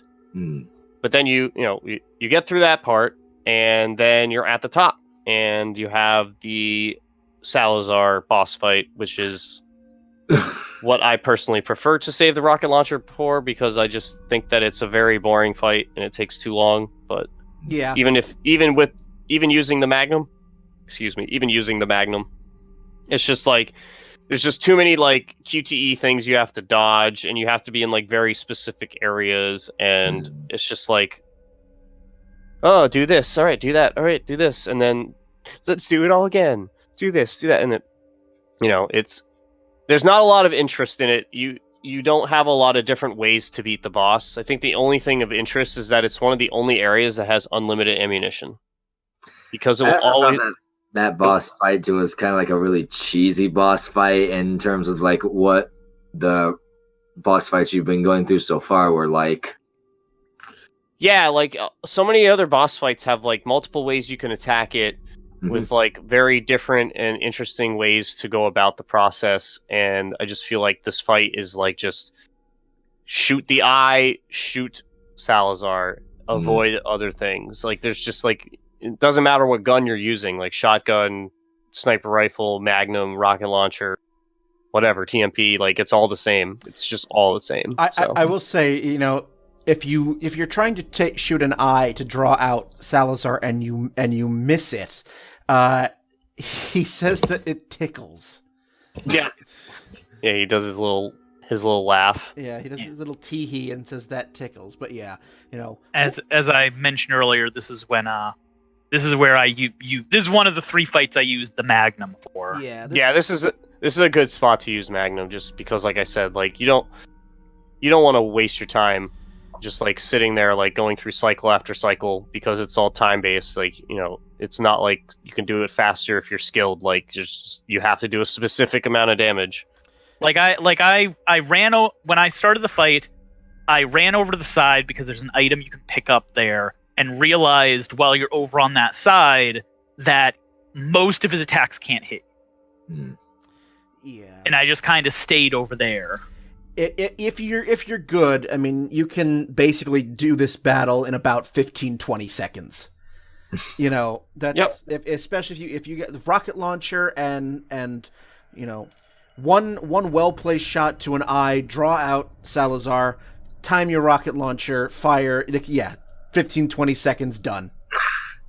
But that's what's great about this game, is like you could say that about pretty much every boss, because of the fact that you can purchase the rocket launcher at any point. Yep. As long as you got the money and the inventory space. So like, any boss that you have trouble with or you don't want to deal with, you just buy a rocket launcher and say, no thank you. Goodbye. Bye-bye. So. And I was gonna say, I imagine this is probably one of the more worthwhile bosses to use a rocket launcher on in a speed run, because you can do it so quickly. Meanwhile, the boss could be time consuming otherwise. Most of the bosses you use a rocket launcher on, to be honest. Like you pretty much the route is the money route is routed around being able to buy rockets at like every chance you get for a boss. Like there's only a few exceptions, and most of those are like skips, or just like Mendez, for example, who's just so weak to fire grenades that you just only have to use like 3 or 4 of them before he starts jumping around like a monkey. No, like in total, two grenades. You can hit him with a fire grenade while he's in the rafter. Yeah, you just have to wait until he's on the bottom floor. Oh, okay. I didn't even try fire grenades on him at that point, because I assumed that they wouldn't be effective. Yeah, well, I mean, they're not really effective otherwise, so it's you're not the only one. But like it's kind of a visual hint. You mean kind of like how Krauser's super effective to knives? Yes, I was just about to say it's kind of like a visual hint that the room that you fight him in is all on fire. It's like the same thing with Krauser and the knife, where you start with a knife fight with him, and then you go into an actual fight where if you use a knife, you kill him. Yeah, exactly. The knife is probably one of the easiest ways to fight Krauser, to be honest, if you can do the strat. But yeah, so we kill Salazar. Plant monster guy is dead, and Ada, the kind soul that she is, gives us a ride to an offshore island where Ashley is being held, and apparently there's some sort of large military base that no one was aware of, because this place is locked, stock, loaded with weapons, and like not even just dudes with weapons, but like rooms that you pass through just have like army boxes full of like just random like military grade like weaponry just lying around like in multiple rooms early on in the section. That combined with all of the hospital and laboratory stuff in this final third of the game, this is definitely your we've reached the Umbrella Lab part of the game. Exactly. Yeah. Yep. I think that it has a perfect balance between the like combat heavy military places and then the scientific lab kind of setups.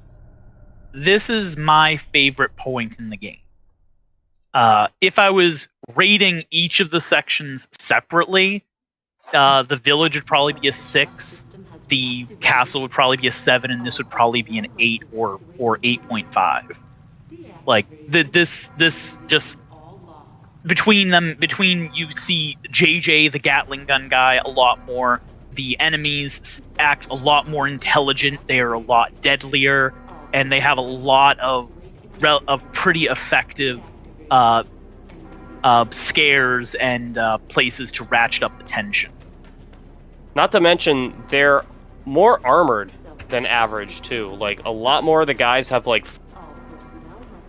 that make headshots ineffective, and or like have like shoulder armlets or other pieces of metal that like protect chunks of their body from bullets and or knives.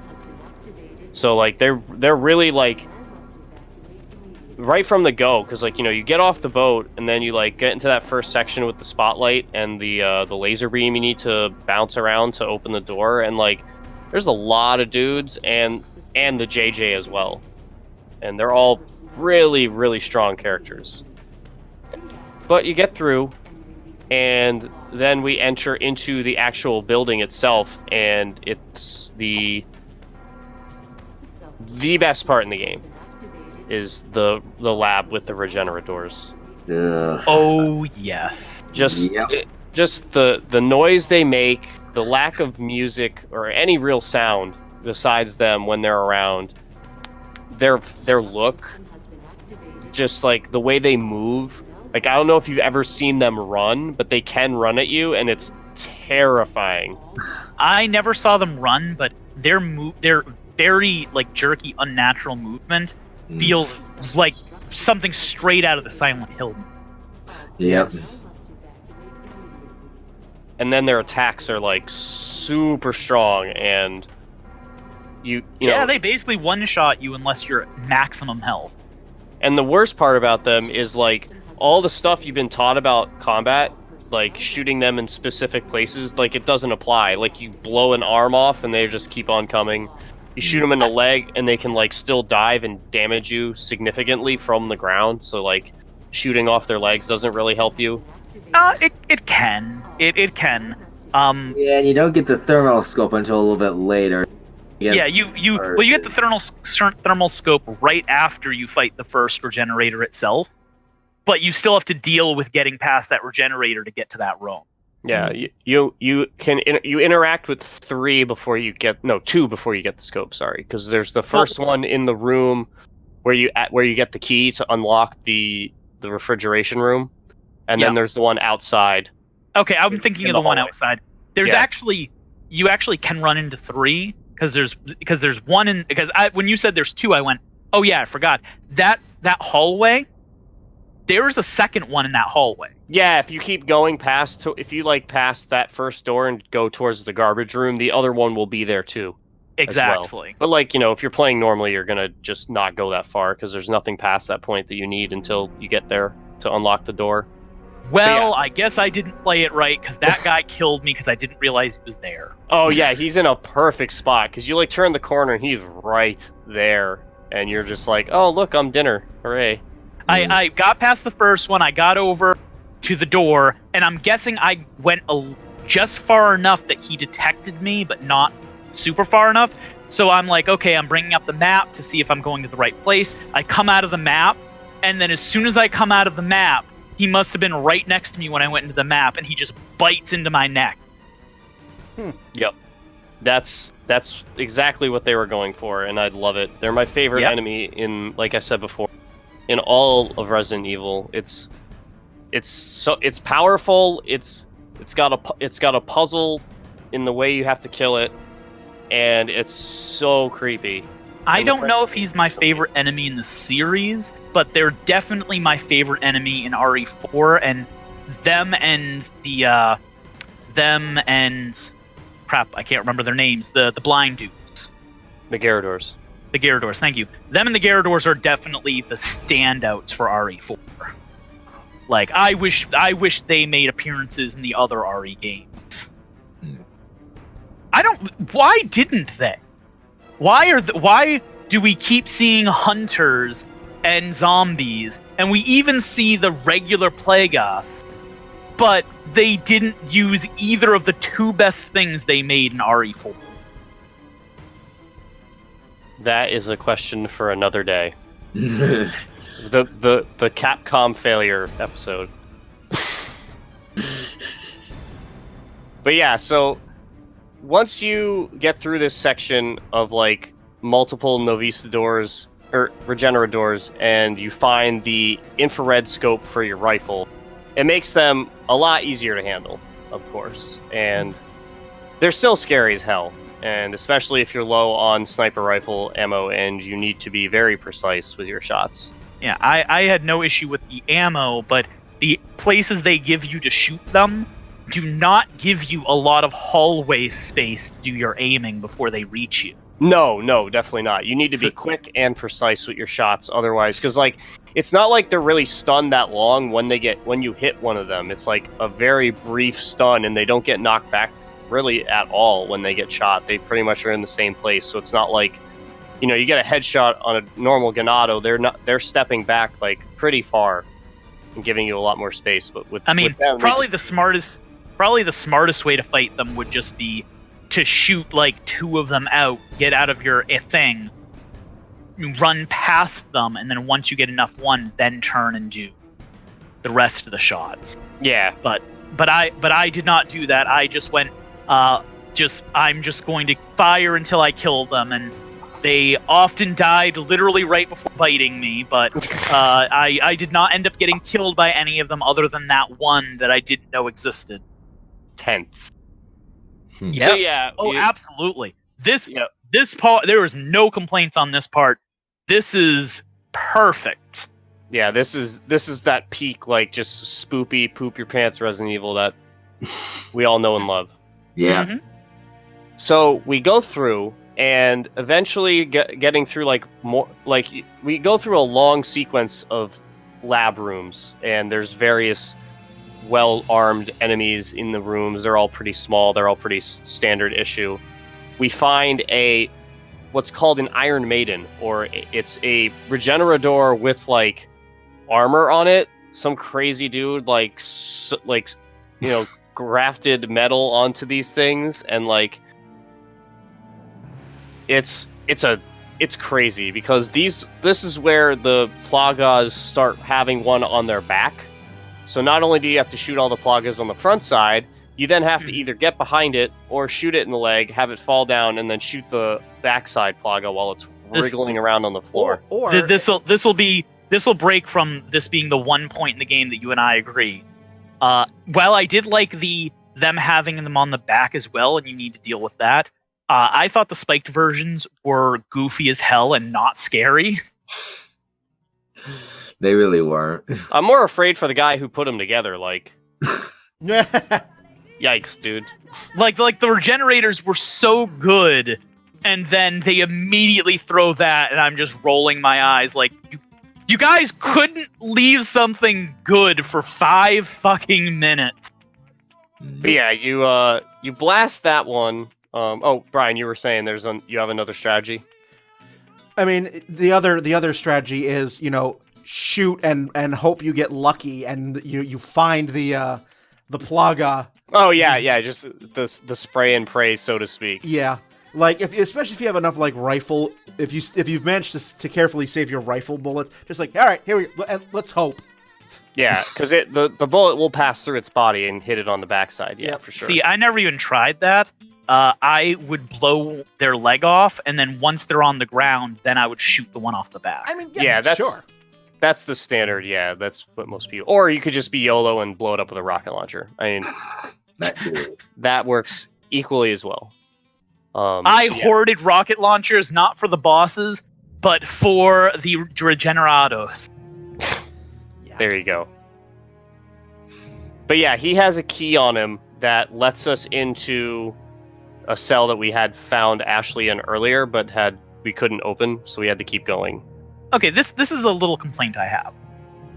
When you get Ashley out of that place, there should be text or talking or a cutscene or anything.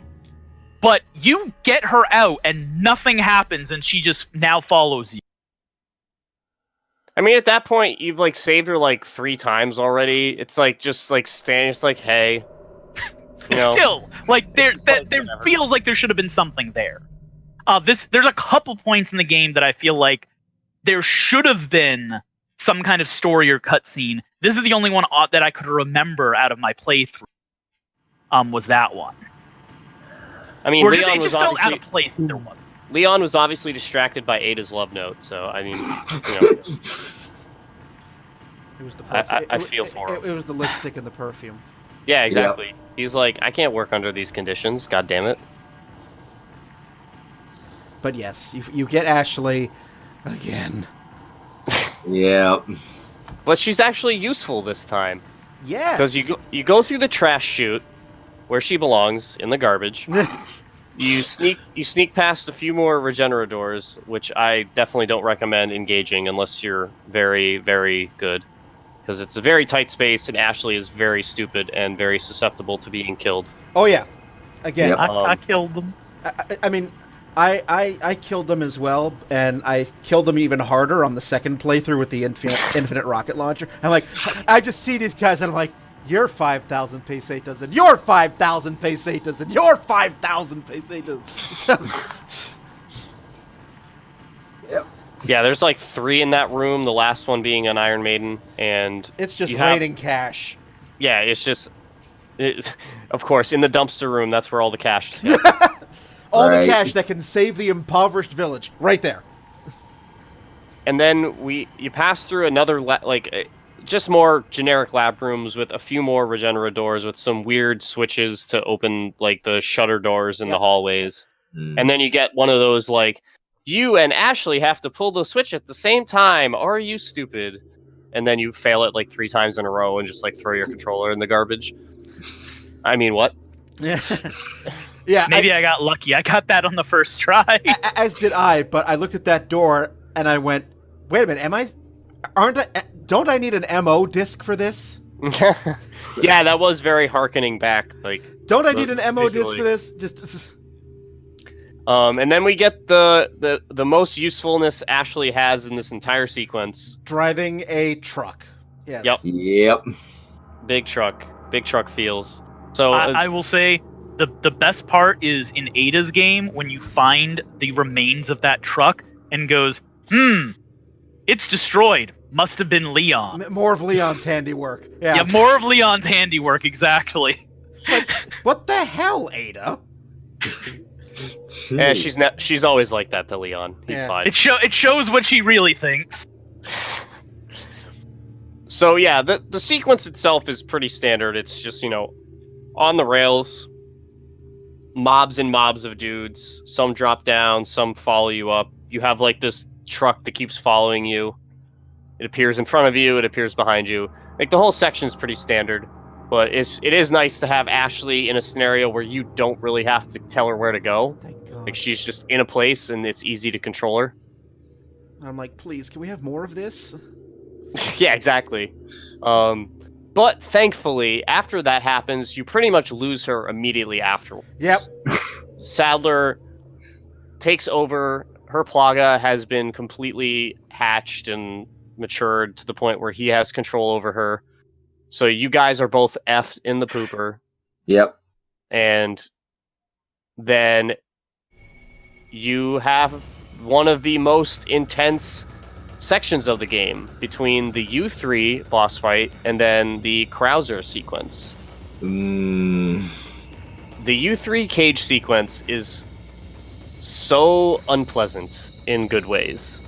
Like you're just like, it's got that like Nemesis stalking feel that you get, like where you just like, this guy, you can't beat him, and you're in this very breakable place, and you have like very unusual way to get around. Yeah, I mean, you have the Krauser whole dialogue there, and the strategic timing of certain buttons so you don't die. And let's be honest, we all probably died at least a dozen times our first playthrough there. Oh, absolutely. I hated this boss. It is probably it's not my least favorite boss in the game because I don't hate it from a design perspective. From a design for the character perspective, it is a boss fight that is literally just quick time events. Yeah. Like that's all it is quick time events and aiming at a thing. There is no strategy to it really. There's no anything to it. It just make sure you hit the right buttons.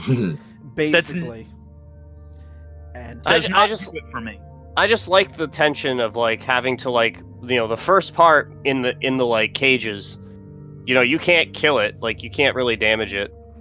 Which another thing that I killed it in like 10 seconds once you get out of the cages. Why couldn't I have just done that inside of the thing? I could have killed it well before any of them fell and still gotten off. Well, you see, there's this thing called plot armor, and yeah.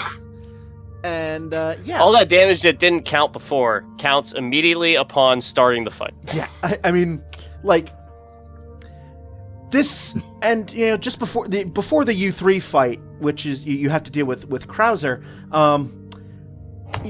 There's like big story moment.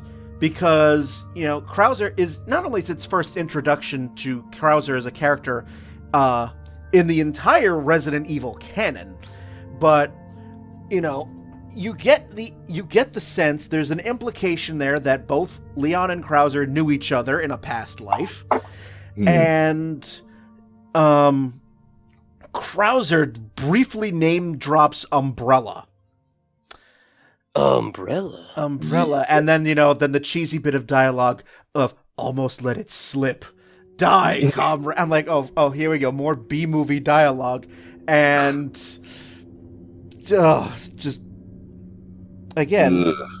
I mean, even if you don't like QTEs, that scene is the iconic scene in the game. That's just something that you just have to accept, regardless of your desire or non-desire to enjoy it. And that's fine. I just from a story perspective, it was fascinating for me because again, so now we have backstory. We have backstory hooks for two characters. It's like, okay. I was gonna say I do not have to accept it. Pretty much everything to do with Krauser is the worst in this game from my perspective. And then right after Krauser, but just before U3, is the Resident Evil movie point of the game. Yeah. Yes. It's the laser room. Can anyone justify that to me? It's a shout out to the movie. That's it. That's the justification. That is, it's just like any of the other shout-outs that it does to previous Resident Evil games. It just shouts out the movie. Yep. And again, I'm like, I mean, yeah, why the hell is it there? Product placement. But yes. Then you get to U3, and yes. All of that, which, it's, again, same frustration, Ronnie. I do agree with you there, because, I'm shooting it while I'm on, each of these sections. So it's like, why do I have to do the thing again? Yep. But absolutely. Yeah, but Spencer said it's invulnerable here. Plot armor. Yep. The armorist of plots. But no, again, like the the part of the fight that you actually can damage it is pretty routine. Like, you know, you have the like fire barrels and you just kind of run around in a circle waiting for it to not eat you. But no, I like it more for the first half, for the part where it isn't vulnerable and you're like, you know, where you can't beat it and you are more reliant upon your movement and, you know, puzzle breaking skills. I know that I already have reiterated my dislike of QTEs, but even outside of that, I just don't think any boss fight that is basically exclusively QTE is particularly well designed. Just, that's a statement. I don't think any boss where the only thing you're doing is jamming on buttons to avoid their attacks is particularly good. Even beyond my dislike of, because at this point I figured out the way to do QTs and not die. So it's not like it's killing me. Just don't think that's good design. That's not engaging. But eventually the plot armor drops and it dies. Yep. And then we move on to the actual fight with Krauser in like some abandoned like Ruined desert castle or yeah. something. Like I don't know what was going on with the building there, because like nothing else in the area is built like it. It's a very unique architectural setup. Yep. Nothing in the game is built like it. But it's 3-phase. You know, the first phase is like just don't get shot by his arrow stuff. Get inside that first building and then just like kind of dance around with him. The knife here is like indispensably good. Just being able to just cut him a few times and then move on is so much easier than trying to like shoot him when he's got that like flash dash where he just like is invincible and avoids your bullets. You can use like, you know, shotgun or the Magnum or something like that, but it's just like the knife is designed to be the weapon you use against Krauser. Yeah. I usually like to use guns as well. I mean, especially by this point, at least for me, I just had so much ammo. I'm just like, all right. Just, yeah. Yeah, I mean, it's really like whatever you're most comfortable with. Dealer's choice, yeah. Yeah, because then, you know, the next phase of him is with all the dang drones. Yeah, the drones are kind of annoying. You just like, it's like the ones that blow up are the ones that suck, and they all blow up, so they all suck. And yeah, but I mean, like it's really short, so it's not like a huge section that you have to really deal with. It's like a few like 5 or 6, I think, total drones, and then you get through that section and go to fight him a second time. This time he like tries to jump above you, and then it's dealer's choice. I like to knife him, and when he's up top, I'll try and like shoot the grenade that he throws in his hand, and that makes it a pretty quick phase 2. And phase 3 is so fun. Even though that fight is probably what the most that I died in combat, I still enjoy that fight a lot because you have a lot of different ways that you can go about the fight, and it's just very cinematically pleasing. Yeah, and you know you're on a time limit. The always it's about to blow. Yep. And you know, which magically stops the clock when he dies because you know. That's Resident Evil for you. Yep. But more plot. You know. Before I was letting you guys finish up your thing on Krauser before I said anything. Well, go on, rip it to shreds. I'm absolutely going to rip it to shreds. I didn't want to interrupt you guys. I wanted you guys to say all the nice things you wanted about it and not interrupt or say anything. Trying to be polite here. The Krauser boss fight is a massive tonal shift, even for Resident Evil 4. That entire area, both the boss fight and the area itself, looked like it was implanted there from a different goddamn game. It is the lowest point in the game to me. I hate it. And it probably... The game might have gone up to an 8 if Krauser was eliminated from the game. I would probably rate this game a full point higher. It doesn't fit survival horror in the past. It doesn't fit Resident Evil 4 and what it's been trying to build this whole time.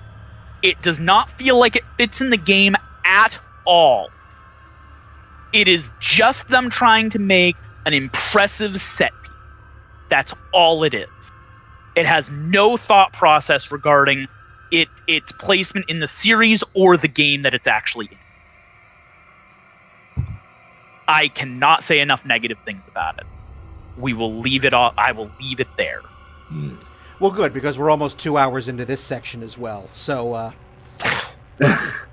I'm thinking a fourth half is going to be in order here. If I'd known about this, because I knew enough things about Resident Evil 4 to know I was going to have issues with stuff in the game, and it's why it took me so long to play it. But if I knew the shit with Krauser, if I was one of those people who heard people talking about it, I probably would have never bought the game. Well, you suffered through it for our sake, so... Yeah. I didn't suffer through it. I enjoyed a lot of it. I can dislike a part of the game and still enjoy things. That's what I meant. You suffered through this part of the game. So, okay. So after we beat Krauser, we just have like two big sequences where the enemies are incredibly overpowered in comparison to us. They've got multiple Gatling guns, dynamite. There's tons of them. JJs are everywhere, and then you get a helicopter friend, Mike. Our good friend Mike. Our friend Mike, who we have to form an emotional attachment to, but it only lasts for 5 minutes. I mean, he's a helicopter pilot. If you expected him to survive, that's your own fault. He's a helicopter pilot from the Bronx. I'm pretty sure I felt more for Mike than I felt for Louise. I don't know if that says bad things about Louise or great things about Mike. I mean, and you know, when he's talking to you, I'm like, what? They get this? I know this. I know so many people. Oh, this guy's from New York. I mean, he's good. Awful, but yeah, he helps you clear out the first section. It gets more and more sticky and more ridiculous as you go in further. There ends up being 3 Gatling guns in like a very limited amount of space, and Mike takes his sweet ass time helping you in that section. Like you can clear out the whole room by yourself before he even shoots one of the towers if you're good enough, and it's definitely the point of the game where it goes completely off the survival horror aspect and is just an action game.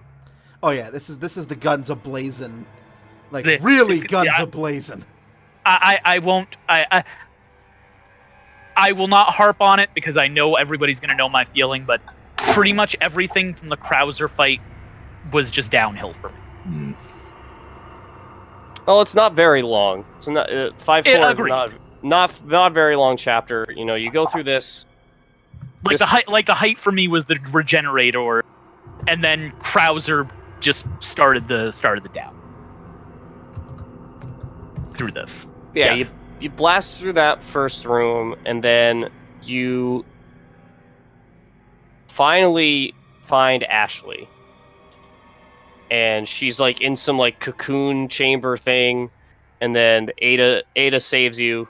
You know, Ada's always saving her damsel in distress, Leon. Yep. And you escape, and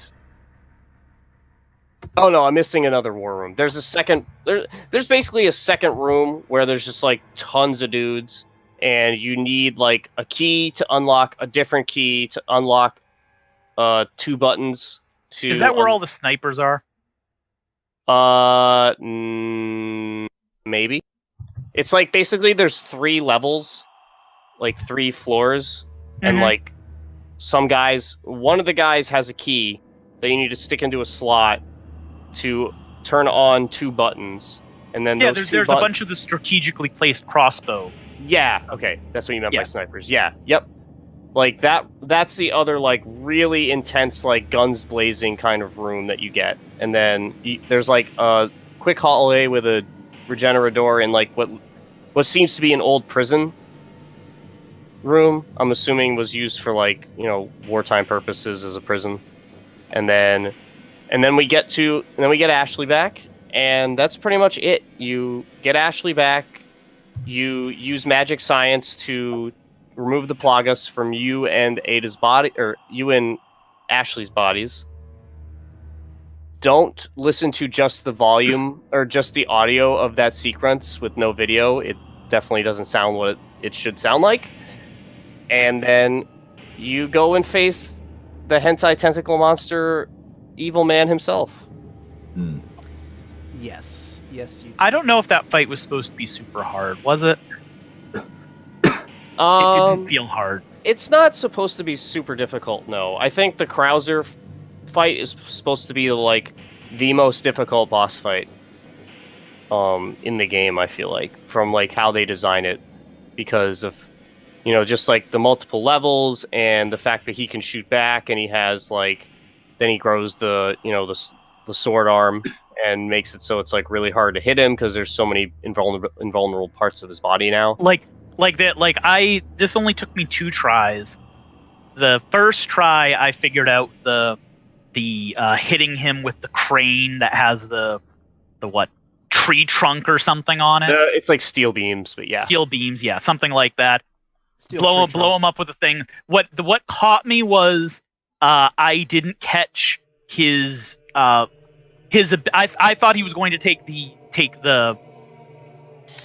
things over. I didn't realize he would just jump onto the other side and just one-shot me, landing on me. Oh yeah, if he lands on you, yeah, he messes you up if he jumps and lands right on you. Yeah, so that was my first death, but like I was pretty close to killing him at that point, and the second time I just murdered him. Yeah, I think most people might have been caught by one of his like one-hit kill attacks. Yeah. By surprise, and then gets him the second time. Because, I mean, like, he's pretty simple. You're just shooting the eyes on his legs to reveal the inner eye, and then you stab it, or shoot it and then stab it. I mean, no big complaint here. Like, it's a pretty standard boss fight, to be honest with you. It's a pretty standard Resident Evil boss fight. It reminded me a bit of the later stages of William Birkin.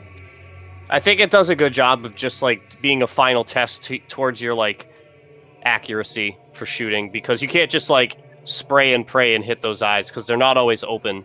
They kind of close if you shoot at them and miss. So you have to be good with your shots. So if you should be at that point in the game, so it shouldn't be too much trouble. Or you could just do what we do in the speedrun and just magnum one eye, knife the middle eye, rocket launcher the middle eye, and then the red launcher activates, and then you just are done. Yeah. You can also pretty easily get him by tossing grenades underneath him. Yeah, I did that the second time. Yep. Yeah, that's another good one too. Even in my first playthrough, I was sort of disappointed by this final battle. It was probably, for me, probably one of the few letdowns in what I felt was an otherwise great game. The fact that Sadler only has one form. Like, I'm so used to... I mean, up to this point, I was so used to having all of my Resident Evil final bosses have multiple forms. Right, yeah, you got, like, basically just, like, 5 hours of boss fight. Like, the different mutations of the Tyrant, the different versions of William Birkin. After seeing Sadler in separate ways, I'm really surprised that we never got a human Sadler fight before the giant mutated Sadler. Yeah, and Nemesis and Alexia and so on. So just Sadler having the one form, and I was like, when I beat it, I'm like, that's it. Because I fully expected him to just become this like after the tentacle leg and all that, I fully expect him to just become like this giant writhing blob or something like that. Yeah, he was gonna Tetsuo it. Yeah, something like that. And we had to nuke it from orbit. Was the only way to be sure. Yeah, something along those lines. But no, just the one form. And thank you again for the Resident Evil 2 callback. Thank you, Ada. Yeah. I will say I can't complain about RE4 being too over the top because Resident Evil 2 literally ended with a nuclear strike. Yeah, so just disappointed that Sadler only had the one form. I was totally geared up for a multiple form battle, but alas, no.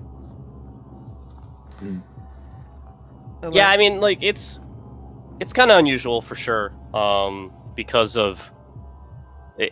I think it's more just because of the way the game flows, and at that point, like you've gone through so much combat between like the Krauser fights and the war rooms and everything that it's like, how much more can you really do? And what else can you do, I guess, would be the question. Well, I mean, they already had the human Sadler fight that they put Ada up against. You could have just had him start as a human and then mutate once and then have what we actually fought be the final form. Yeah. Like, there are ways to make it work. Yeah, well. It's not something I felt super strongly about, but there are ways they could have done it. They already have 2 forms of the Sadler fight in the base game, just not in the same game. Well, I mean, technically, no. The GameCube version doesn't have that fight. Okay, I meant in the game you buy right now. Yes, I know that. I don't know if Assignment Ada in the original. I know Separate Ways was. Yeah, Assignment Ada is in it, but that doesn't have that fight. You just fight Krauser in Assignment Ada. You never fight Sadler. Yeah, I know. I literally finished Separate Ways and Assignment Ada yesterday. Nice. So, or Assignment Ada Thursday, and then that yesterday. But you beat Sadler, and the game's still not done. Yeah, nope. You get your cute little jet ski keys, and you get to do some sweet barrel rolls. Much to what the hell is that guy's name? That was so frustrating. The Star Fox character. That would be Fox. No, the bunny. Oh, Peppy. That would be Slippy the Toad, Falco, and Peppy. Peppy. Oh, it is Peppy? Yeah. Much to Peppy's happiness, you get to do some barrel rolls and back. 2 sections of the game that I died the most on: the Krauser knife QTE cutscene and this.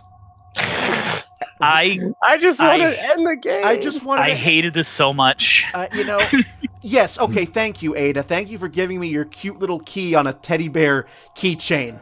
But I died so many times, and I don't know. I still, to right now, I still do not know how I died or how I won the one time I actually won. I was going maximum speed the entire time. Even before it tells you there's a speed, I'm dodging all of the shit, and I would still die from nothing every time. It took me like 10 or 12 times before I finally beat it.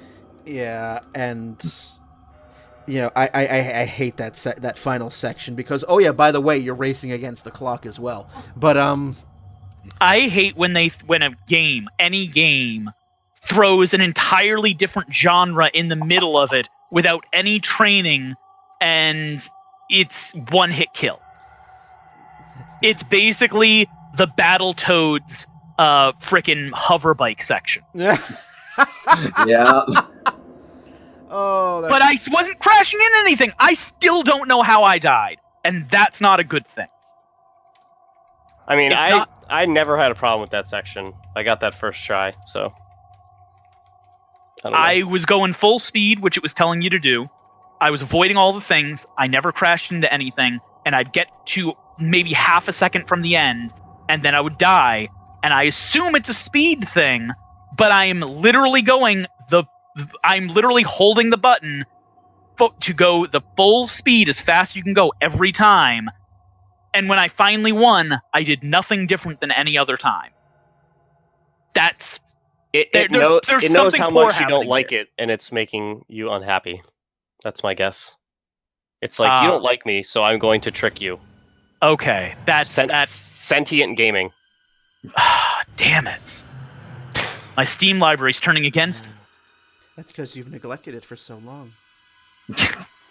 Well, I'm finally getting through it now, so this is on Steam. Yes, and every other console ever imagined. Yes. I was about to say, except for Switch, and I went, no, it is absolutely on Switch. It was just I hadn't picked it up yet. Exactly. I'm still. It's been ported everywhere. I'm happily awaiting the NES release of Resident Evil 4 coming out next year. Yes, it looks really good. Wonderful. But yeah, right next to the Atari 2600. I'm amazed they were able to fit it on that cart. Oh yes. First multi-cart game. Very Insert good. Releasing it on 80 carts. Insert cart 37. Oh. Each room is its own cart. And then, finally, once you get past this jet ski section, and, finally, the ending, which leads to some of the most gag-worthy dialogue. Right? Leon cock-blocks himself twice in, like, a 10-minute stretch. By turning down the only girl who actually wanted him, and then going after the chick who clearly has zero interest in him at all. Yeah, but to me that was very deliberate. He turned down the person who was actually interested in him because he's interested in Ada, or he still has unresolved issues with Ada. But he doesn't have a problem hitting on someone who's obviously going to turn him down. Yeah, the line that Ashley says about asking Leon to put in some overtime, quote, and I'm just like, no! He's in. Well, she's a college student. She's obviously of age. Yes. It's not like if Sherry was coming on to you. No, yes, it's just, I was just like, knowing Resident Evil 2, and because, if you're gonna be you should properly ship Leon and Ada, damn it. And, just, Ashley's just like, oh, okay. Do you have to, she flies off the jet ski, Leon, just leave her. Just keep going. Just keep going. Just keep going and say, sorry, Mr. President, sir, your daughter ran into my jet ski. She ran into my jet ski 10 times. But yeah, that's the game. It wraps, and then you get a really awesome sequence that we talked about before. Beautifully done in the credits. Yep, just the pictures of how the town evolved from just being a sleepy normal town to becoming a terrifying plague-infested cult. Religion and sucks. The end. I was gonna say, as negative as I was about Krauser, that storybook sequence showing how the town became what it was is the polar opposite of, this is one of my favorite things in the game. It is so well done. Such a great way to tell the story in a very simple way. It's definitely one of the best lore points in the game, for sure. Absolutely. Yeah, and then that pretty much covers the entire normal game. I suppose I should say I suppose I'll say my positive thing I didn't get to say earlier for this game. It is certainly the most accessible Resident Evil to the general public in the way that it plays. It is also a very competent action. Yeah, I mean, this was the game that really, really divided the fan base for reasons that you obviously, if you have not spent the last 5 hours listening, you would have picked up by now. Yep. Well, you wanted to go for that longest episode ever. So I have said I have said several positive things about this game, and there are quite a few good ones. Spencer, you mentioned that the game does have some flaws. What are some flaws you see in the game? I feel like that it would have been a little more interesting if we got a little more time on the island, just in general, to get more lore points from like how Sadler is controlling things and like his cult plot and like all that stuff that we kind of get a taste of with like him, like, you know, what his like grand scheme is and on the like final note you find right before you fight him.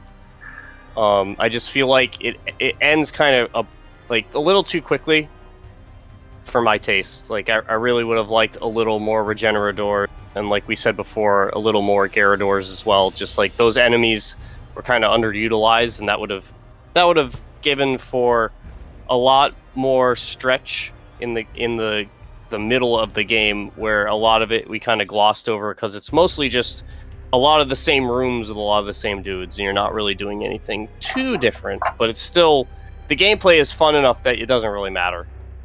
It's funny. I agree with you. I would definitely would have liked to see more on the island. But one of my other complaints is I feel like the game drags on too long. So it's funny that I would have liked more on the island, but I really feel like if they put more on the island, they would need to lessen a little bit in the castle or village. Probably the castle, because I feel like that's the longest of the 3 sections of the game. Yeah, I mean, again, like it's all about the balance of the gameplay and how the flow of the like story plot works, because, you know, if you stretch it out too far, then you're just, you know, wasting time. But that's pretty much where, you know, I feel like it could stand to be improved. But, you know, in terms of like, you know, the game is coded really well. The game doesn't break. There's not like these like game breaking glitches or like things that don't work the way that they were supposed to work. You know, the visual presentation is phenomenal. You know, the game sets an atmosphere and holds onto it and pretty much keeps it the entire time. And the music is, there's just so many like perfect tracks for the scenario that it's for. I like the music a lot, I will say, and this is a thing I felt early on in the game. It was one of the first, it might be the first note I made, because I was making notes the whole time I was playing the game, that the music overstays its welcome during the horde fights. It ramps itself up as long as the enemies are alive.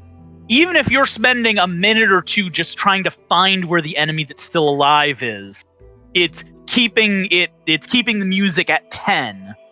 And the fact that the music immediately ends as soon as you kill the last enemy basically destroys any tension in a location. Because as soon as the music's gone, you know you're safe. Like, that felt unnecessary. Yeah, I, on the stream, I kept, whenever that happened, you know, when the music just suddenly died because you've killed everything in the room, my constant joke was, well, the music budget ran out. Yep. Like, much better if it worked the way a lot of other REs did on this, and this is legitimately, I think, just an objective thing that would have been better. If it ramps up when you're in combat with an enemy, and then ramps back down afterwards. So when you're doing a horde thing where there's a bunch of enemies in an area, it doesn't just stay at 10 the whole frickin' time, because that is obnoxious when you're not even fighting anything. And it means that if it drops down when you're not actively fighting something, that means every other time in the game, when it drops down, you don't go, oh, the fight is over, there's no enemy. You go, oh, any time, even when the music is down, you go, there could be an enemy. Like, it's telegraphing. Yeah. It is telegraphing in a negative way. I mean, I can see that. It's just the music dropping to dead silence when you've cleared the area. That is a little bit like, oh, okay, well, safe now. All right, yay. Yep. You know, again, music budget ran out, but this is a more of a personal thing. I'm not going to say this is an objective complaint, but I hate chapter systems in video games. I feel like it breaks all immersion. It is completely unnecessary to have these big chapter breaks where they're grading you. Like, the only time it makes sense to me is if you're doing an episodic game, like some of the adventure games that were sold as episodes 1, 2, and 3, or like Life is Strange that did the same thing. But like in any normal game, like there's no need for this to be episodic. It is you're telling one coherent, straight narrative with the character going from one place to another. When it cuts out to a chapter break and then cuts back in and you're standing right where you were when the chapter break ended, it's like, does this add anything, really? Because I know it breaks immersion for a lot of people. Does it really add, like, I suppose that's some of these complaints of, do these changes add enough to make them worthwhile for the immersion you're going to lose? The loss of immersion and tension. Yeah, I mean, this was the first of the main to use the chapter system. Yes, it absolutely was.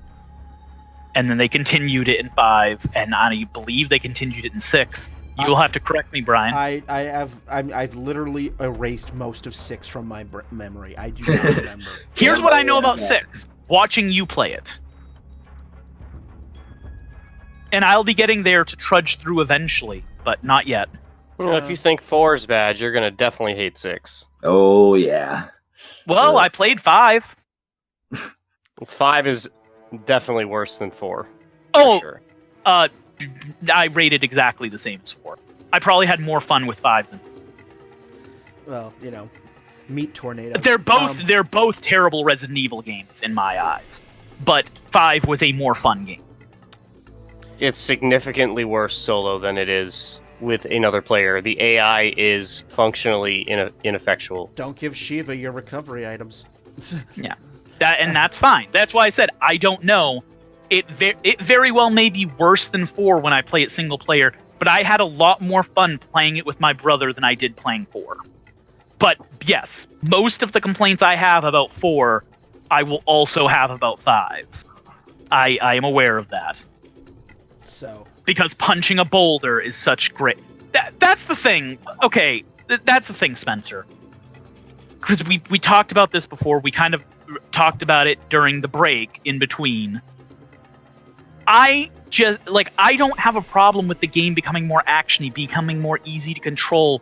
I don't have a problem with a lot of the stuff. But the action movie bullshit where it makes it want to be a summer blockbuster, that really is out of place. And I feel like the giant Salazar statue is just as out of place as punching the frickin' boulder in 5. So why is punching the boulder in 5 bad and 4 is good? Because 5 takes everything that was good about 4 and takes it away. Like no, 5. but I'm just saying I'm just meaning these specific things. I understand why 4 is a lot of good things. I've said a lot of good things on it. But I'm just saying, like, you were defending the action movie stuff earlier, and I'm going, how is the action movie stuff in 4 good, but the action movie stuff in 5 was bad? Well, because that's not the difference that makes 5 worse. Like, we've gone long enough, so I don't want to really get into what makes 5 a bad game, but like they're very different titles. I specifically brought up the punching because that is one of the things that everyone brings up when they talk about bad things from 5. And I'm saying I don't see how that is significantly different than the giant Salazar statue or Leon's backflip dodge. I mean, the backflip dodge is functionally feasible, while the boulder punch is only feasible if you are a superhero. Well, Krauser's a superhero. He could probably have done it. Jeez. Well, to be fair, Krauser's also like fully infected with a powerful plaga and can, turn his arm into a knife. No, I get that. And that's like I understand a lot of the things that 4 was good at. I have issues with 4, but I recognize a lot of the good things. But I see. I'm not even going to go 4 needs to be blamed for 5 or 6. I agree with you. I don't think that is right. But I also see complaints that people had about the later games, and I go, but I see these same things in 4. Why do you love this if you hate these things? And I guess that's just my bit of frustration there, where I don't see the difference, and I feel like the people who do see the difference are probably wearing nostalgia goggles. Like, it was fine because it came in a specific point in their lives, and it brought something new, which it legitimately did, that people hadn't seen before. But in the later games, it came when they were older and more jaded, and that's why people have problems with it. That's entirely possible. I mean, I feel that some of your criticisms with Resident Evil 4 are some of the same criticisms I have with the original Halo game. Because I played the original Halo like 15 years after it came out, and I already played a lot more and better games that improved on what Halo did. Yeah. So that makes sense. There is a possibility here that, you're playing this game 15 years after it came out. So some of the criticisms you have now of Resident Evil 4 are probably because you've played other games that have done this better. I don't know if that's true, because a lot of the issues I have here are why I did not play the game when it first came out. Because I heard enough about the game from everyone who played it, and I went, this game is not for me. So I don't know. Like, I cannot definitively go, no, I would feel differently if I played it back then. But the fact that at the time I heard a lot of this stuff and went, yeah, no, you guys are talking about this like these are awesome, and these sound terrible. I don't think I'm going to touch that. Honestly, I liked RE4 more than I expected to. Well, there you go. You again. Thank you for suffering. But meanwhile, we have 2 more things to talk about, both of which I liked more than the regular campaign. We have assignment Ada, and we have Separate Ways. Which do we want to go with first, Spencer? We could go with Assignment Ada first. That came first. That was it's almost the beta of Separate Ways. Because it's like kind of trying to show what Ada was doing, but not really. I don't know. Like, I feel like it's non-canon. I feel like Assignment Ada is just super forgettable. Like, it's fine. It's a nice little like break, but I feel like it just doesn't have any of the essence that the actual game has that makes it like fun. And meanwhile, it was the funnest combat for me in the game. Like, I had a blast doing Assignment Ada and Separate Ways. I liked the combat in Separate Ways more as well. But the fact that that you just have in Assignment Ada, the fact that you just have the guns you have, and you have to figure out the best way to use them on the enemies. It's like a puzzle trying to figure out exactly what you need to do to get through the stuff without running out of ammo. The fact that because it's such a short period, it actually, like, you don't have a chance to get all of that ammo, so you actually can run out. Like, it felt a lot closer combat-wise to what I would have wanted RE4 to be from the old Resident Evil. Like, I had a blast doing Assignment Ada. I actually haven't touched Assignment Ada. I went and played Separate Ways. Have you ever done Assignment Ada when you played the first time? No. Okay, Assignment Ada is basically parts of the island put together into a map, and you have to go through as Ada, infiltrate the lab, and get five Plagas sample. Each sample takes up 2 inventory slots. So each sample's taking up a bunch of your inventory, and you have less inventory than even base Leon does. So you literally are, as you're going through, you're getting rid of ammo or grenades or whatever else, because you have to pick up more and more of these as you're going deeper in, creating difficulty because you're getting into harder things and you're losing out on more and more of what you have. It's a really good way to increase the difficulty as you go. I'll have to give that a shot after we're done. It's only like 45 minutes to an hour long. Yeah, it's very short. It's right. super short. I'll give that I will play through that probably after we're done here. I probably enjoyed Separate Ways more just because it was longer, but I think my favorite hour of the game was probably playing Assignment Ada. Separate Ways is certainly more fleshed out and like much more closer to like a DLC pack than Assignment Ada, which is like very much just like a one and done, just like play it once. Yeah, there's no save points. There's no anything like that in it. Yeah. As opposed to something like Separate Ways, which is the canonical side story. Yes. And Separate Ways has a lot of the things that Separate Ways has the merchant.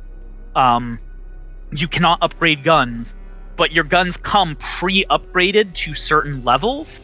So a part of the game is just figuring out, okay, what is each of these guns good at, and going, okay, I'm gonna need to switch between guns to take out this, switch between guns to take out that, do these different things. Like it added a far more strategic aspect to it than I had in the main game. Yeah. I had to think way more about the combat. And when you're playing from Ada's perspective, all the behind the scenes stuff that she does, to aid Leon, and the lot more involvement with Wesker. So you have the tie-in. There's Wesker's involvement in the overall canon, which I thought was very nice. Still hated the cage match. That was still my my most hated part of Assignment. It's 5 chapters, and it took me about an hour, maybe an hour and a half to get through the whole thing. And just a nice little bit of extra stuff, a little of extra story. The cage match went easier for me. I died once, and I realized, oh yeah, no, the shotgun's way weaker here. I already knew that, but okay. And I took out the fucking bow gun. One shot and the lock is off. Wonderful. That bow gun is the best gun in the freaking game, and I love it. Yeah, I saved it all for Sadler. Yes. I saved the bow gun entirely for Sadler. I used the crossbow, I think, twice before Sadler. I used a crossbow gun on that, and I used a crossbow gun on one of the blind dudes. Yeah, and it was just also one-shotted him. That 4th chapter where it's like, oh, you thought Krauser was dead. He is in fact not dead. He is Rumors of my death were greatly exaggerated. And then I am now re-dead. Yes. Yep. That the Krauser fight for Ada was probably the most difficult fight for me in the entire game. I literally had to look up how to fight it, and holy crap, that boss is so easy to cheese once you know what to do. Yeah, Krauser's a big cheese fan, so he gets cheesed pretty easily. When you fight Krauser there, just turn around and run back through the door, and when you come back out, he'll spawn already. As far as he can get away from you, just shoot him a couple times in the leg, leave, come back in, shoot him a couple times in the leg, and if you do it with the rifle, by about the 3rd time you come back in, he's dead. He never has a chance to even get within 10 feet of you. I did not know that. Wow. Yeah. I'm pissed now. Yep. Go figure with Ada. I'm pissed now. God damn it. Well, it's actually in character for Ada, because she would totally game the system if she had the opportunity. Absolutely, but still, I'm pissed now. Yep. I did it the normal way, and blew all my ammo doing it. But I could have just done that. Goddamn piece of shit. All right. The TMP was a frickin'. The TMP was the MVP of both Ada's campaigns, both Assignment Ada and Separate Ways. yeah, I chucked it aside almost instantly with Leon, but yeah, it came in great in Assignment Ada. I don't know what its upgrades were at, but I'm pretty sure its power was fully upgraded, and it was just it mowed stuff down. It took a Gigantes down before it had a chance to walk at me. Yeah, like a really souped up TMP as well. So the what the fuck moment for me, for you, for the main game, it was the Salazar statue. The what the fuck moment for me in Assignment Ada was the mounted guns on the battleship just strategically appearing. Like, what? Yeah. What fresh hell is this? Just like, number one, there's just a battleship here. I wouldn't have had a problem with this at all. The whole, okay, you have to get to the things, you have to get the key card, you have to get the thing to fire at them. All of that was fine. My issue is just there's a freaking they stole the USS and they're keeping it in a fucking cave. Well, we saw where that mystery went. Like, what the hell is this doing here? Why is the USS Roosevelt in the frickin' in Spain? It was to get revenge for the Maine. So I'm just like, what, huh? What is just this randomly appearing mounted weapons just firing at me, and they're strategically, just like, God, I just wiped the entire deck clear of enemies. Not more, just randomly, just like they don't even show you like them appearing from like a door. There's just, you literally get on the deck. There's no enemies there. You turn your back and poof. Suddenly there's like the hell, man. That was my what the hell moment of Assignment Ada. Yeah. And then you fight with a hentai tentacle man. So He's got that hentai tentacle plan. Here's a question for you guys. Here's a question that I expected Separate Ways to cover, and it didn't. Where did Ada get the button for the self-destruct? You'll have to ask her. She pressed it on the helicopter, and Leon responds like he saw it before and knew that she had it, and goes, she really pressed it. Girls have more hiding places than boys. How do you know what that is? What? Girls have more hiding places than boys. Yep. But they don't even show where she got it in Separate Ways. Like, that's for the sequel, Separate Ways Part 2. I just keep big red buttons that blow shit up around at all times. I mean, she is a spy. That's like standard issue for them. She might have found it somewhere, or it was given to her by the organization. Woo! The not umbrella. Yep. Not umbrella. So that's Well, we all know that Umbrella is gone. Right. Oh yeah. Never coming back. It's no, of course absolutely never coming. You almost let it slip.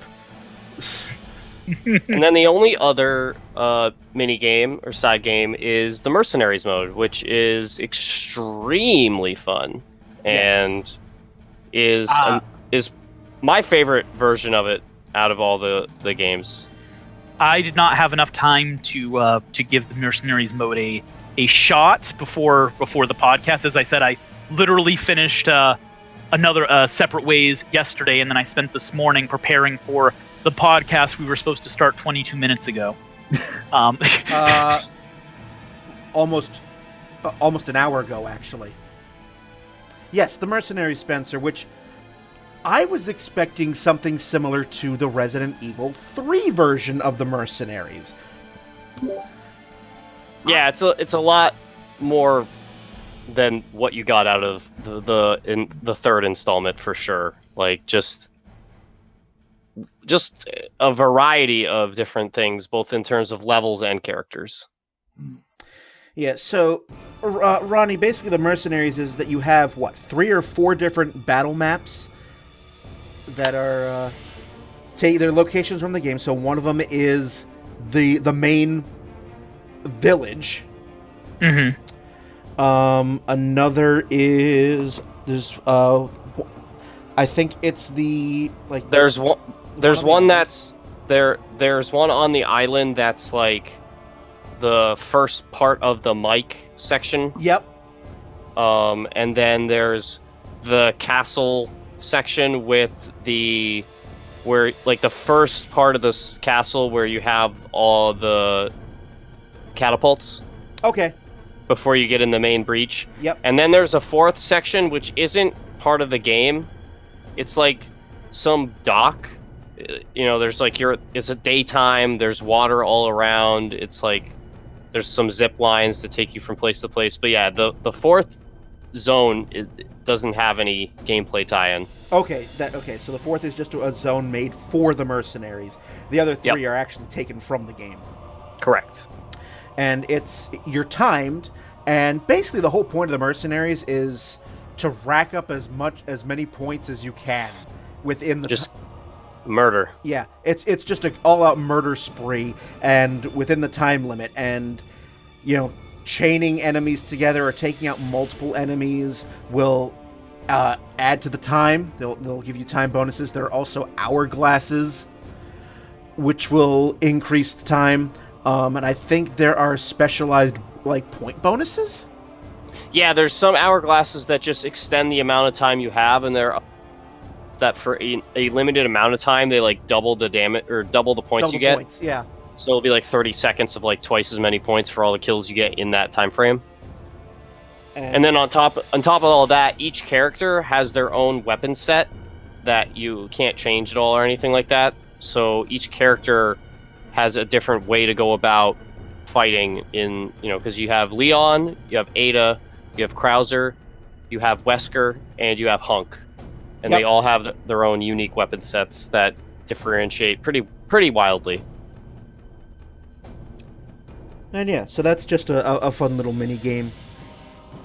I forget if there were certain unlockables that you got for a high enough score.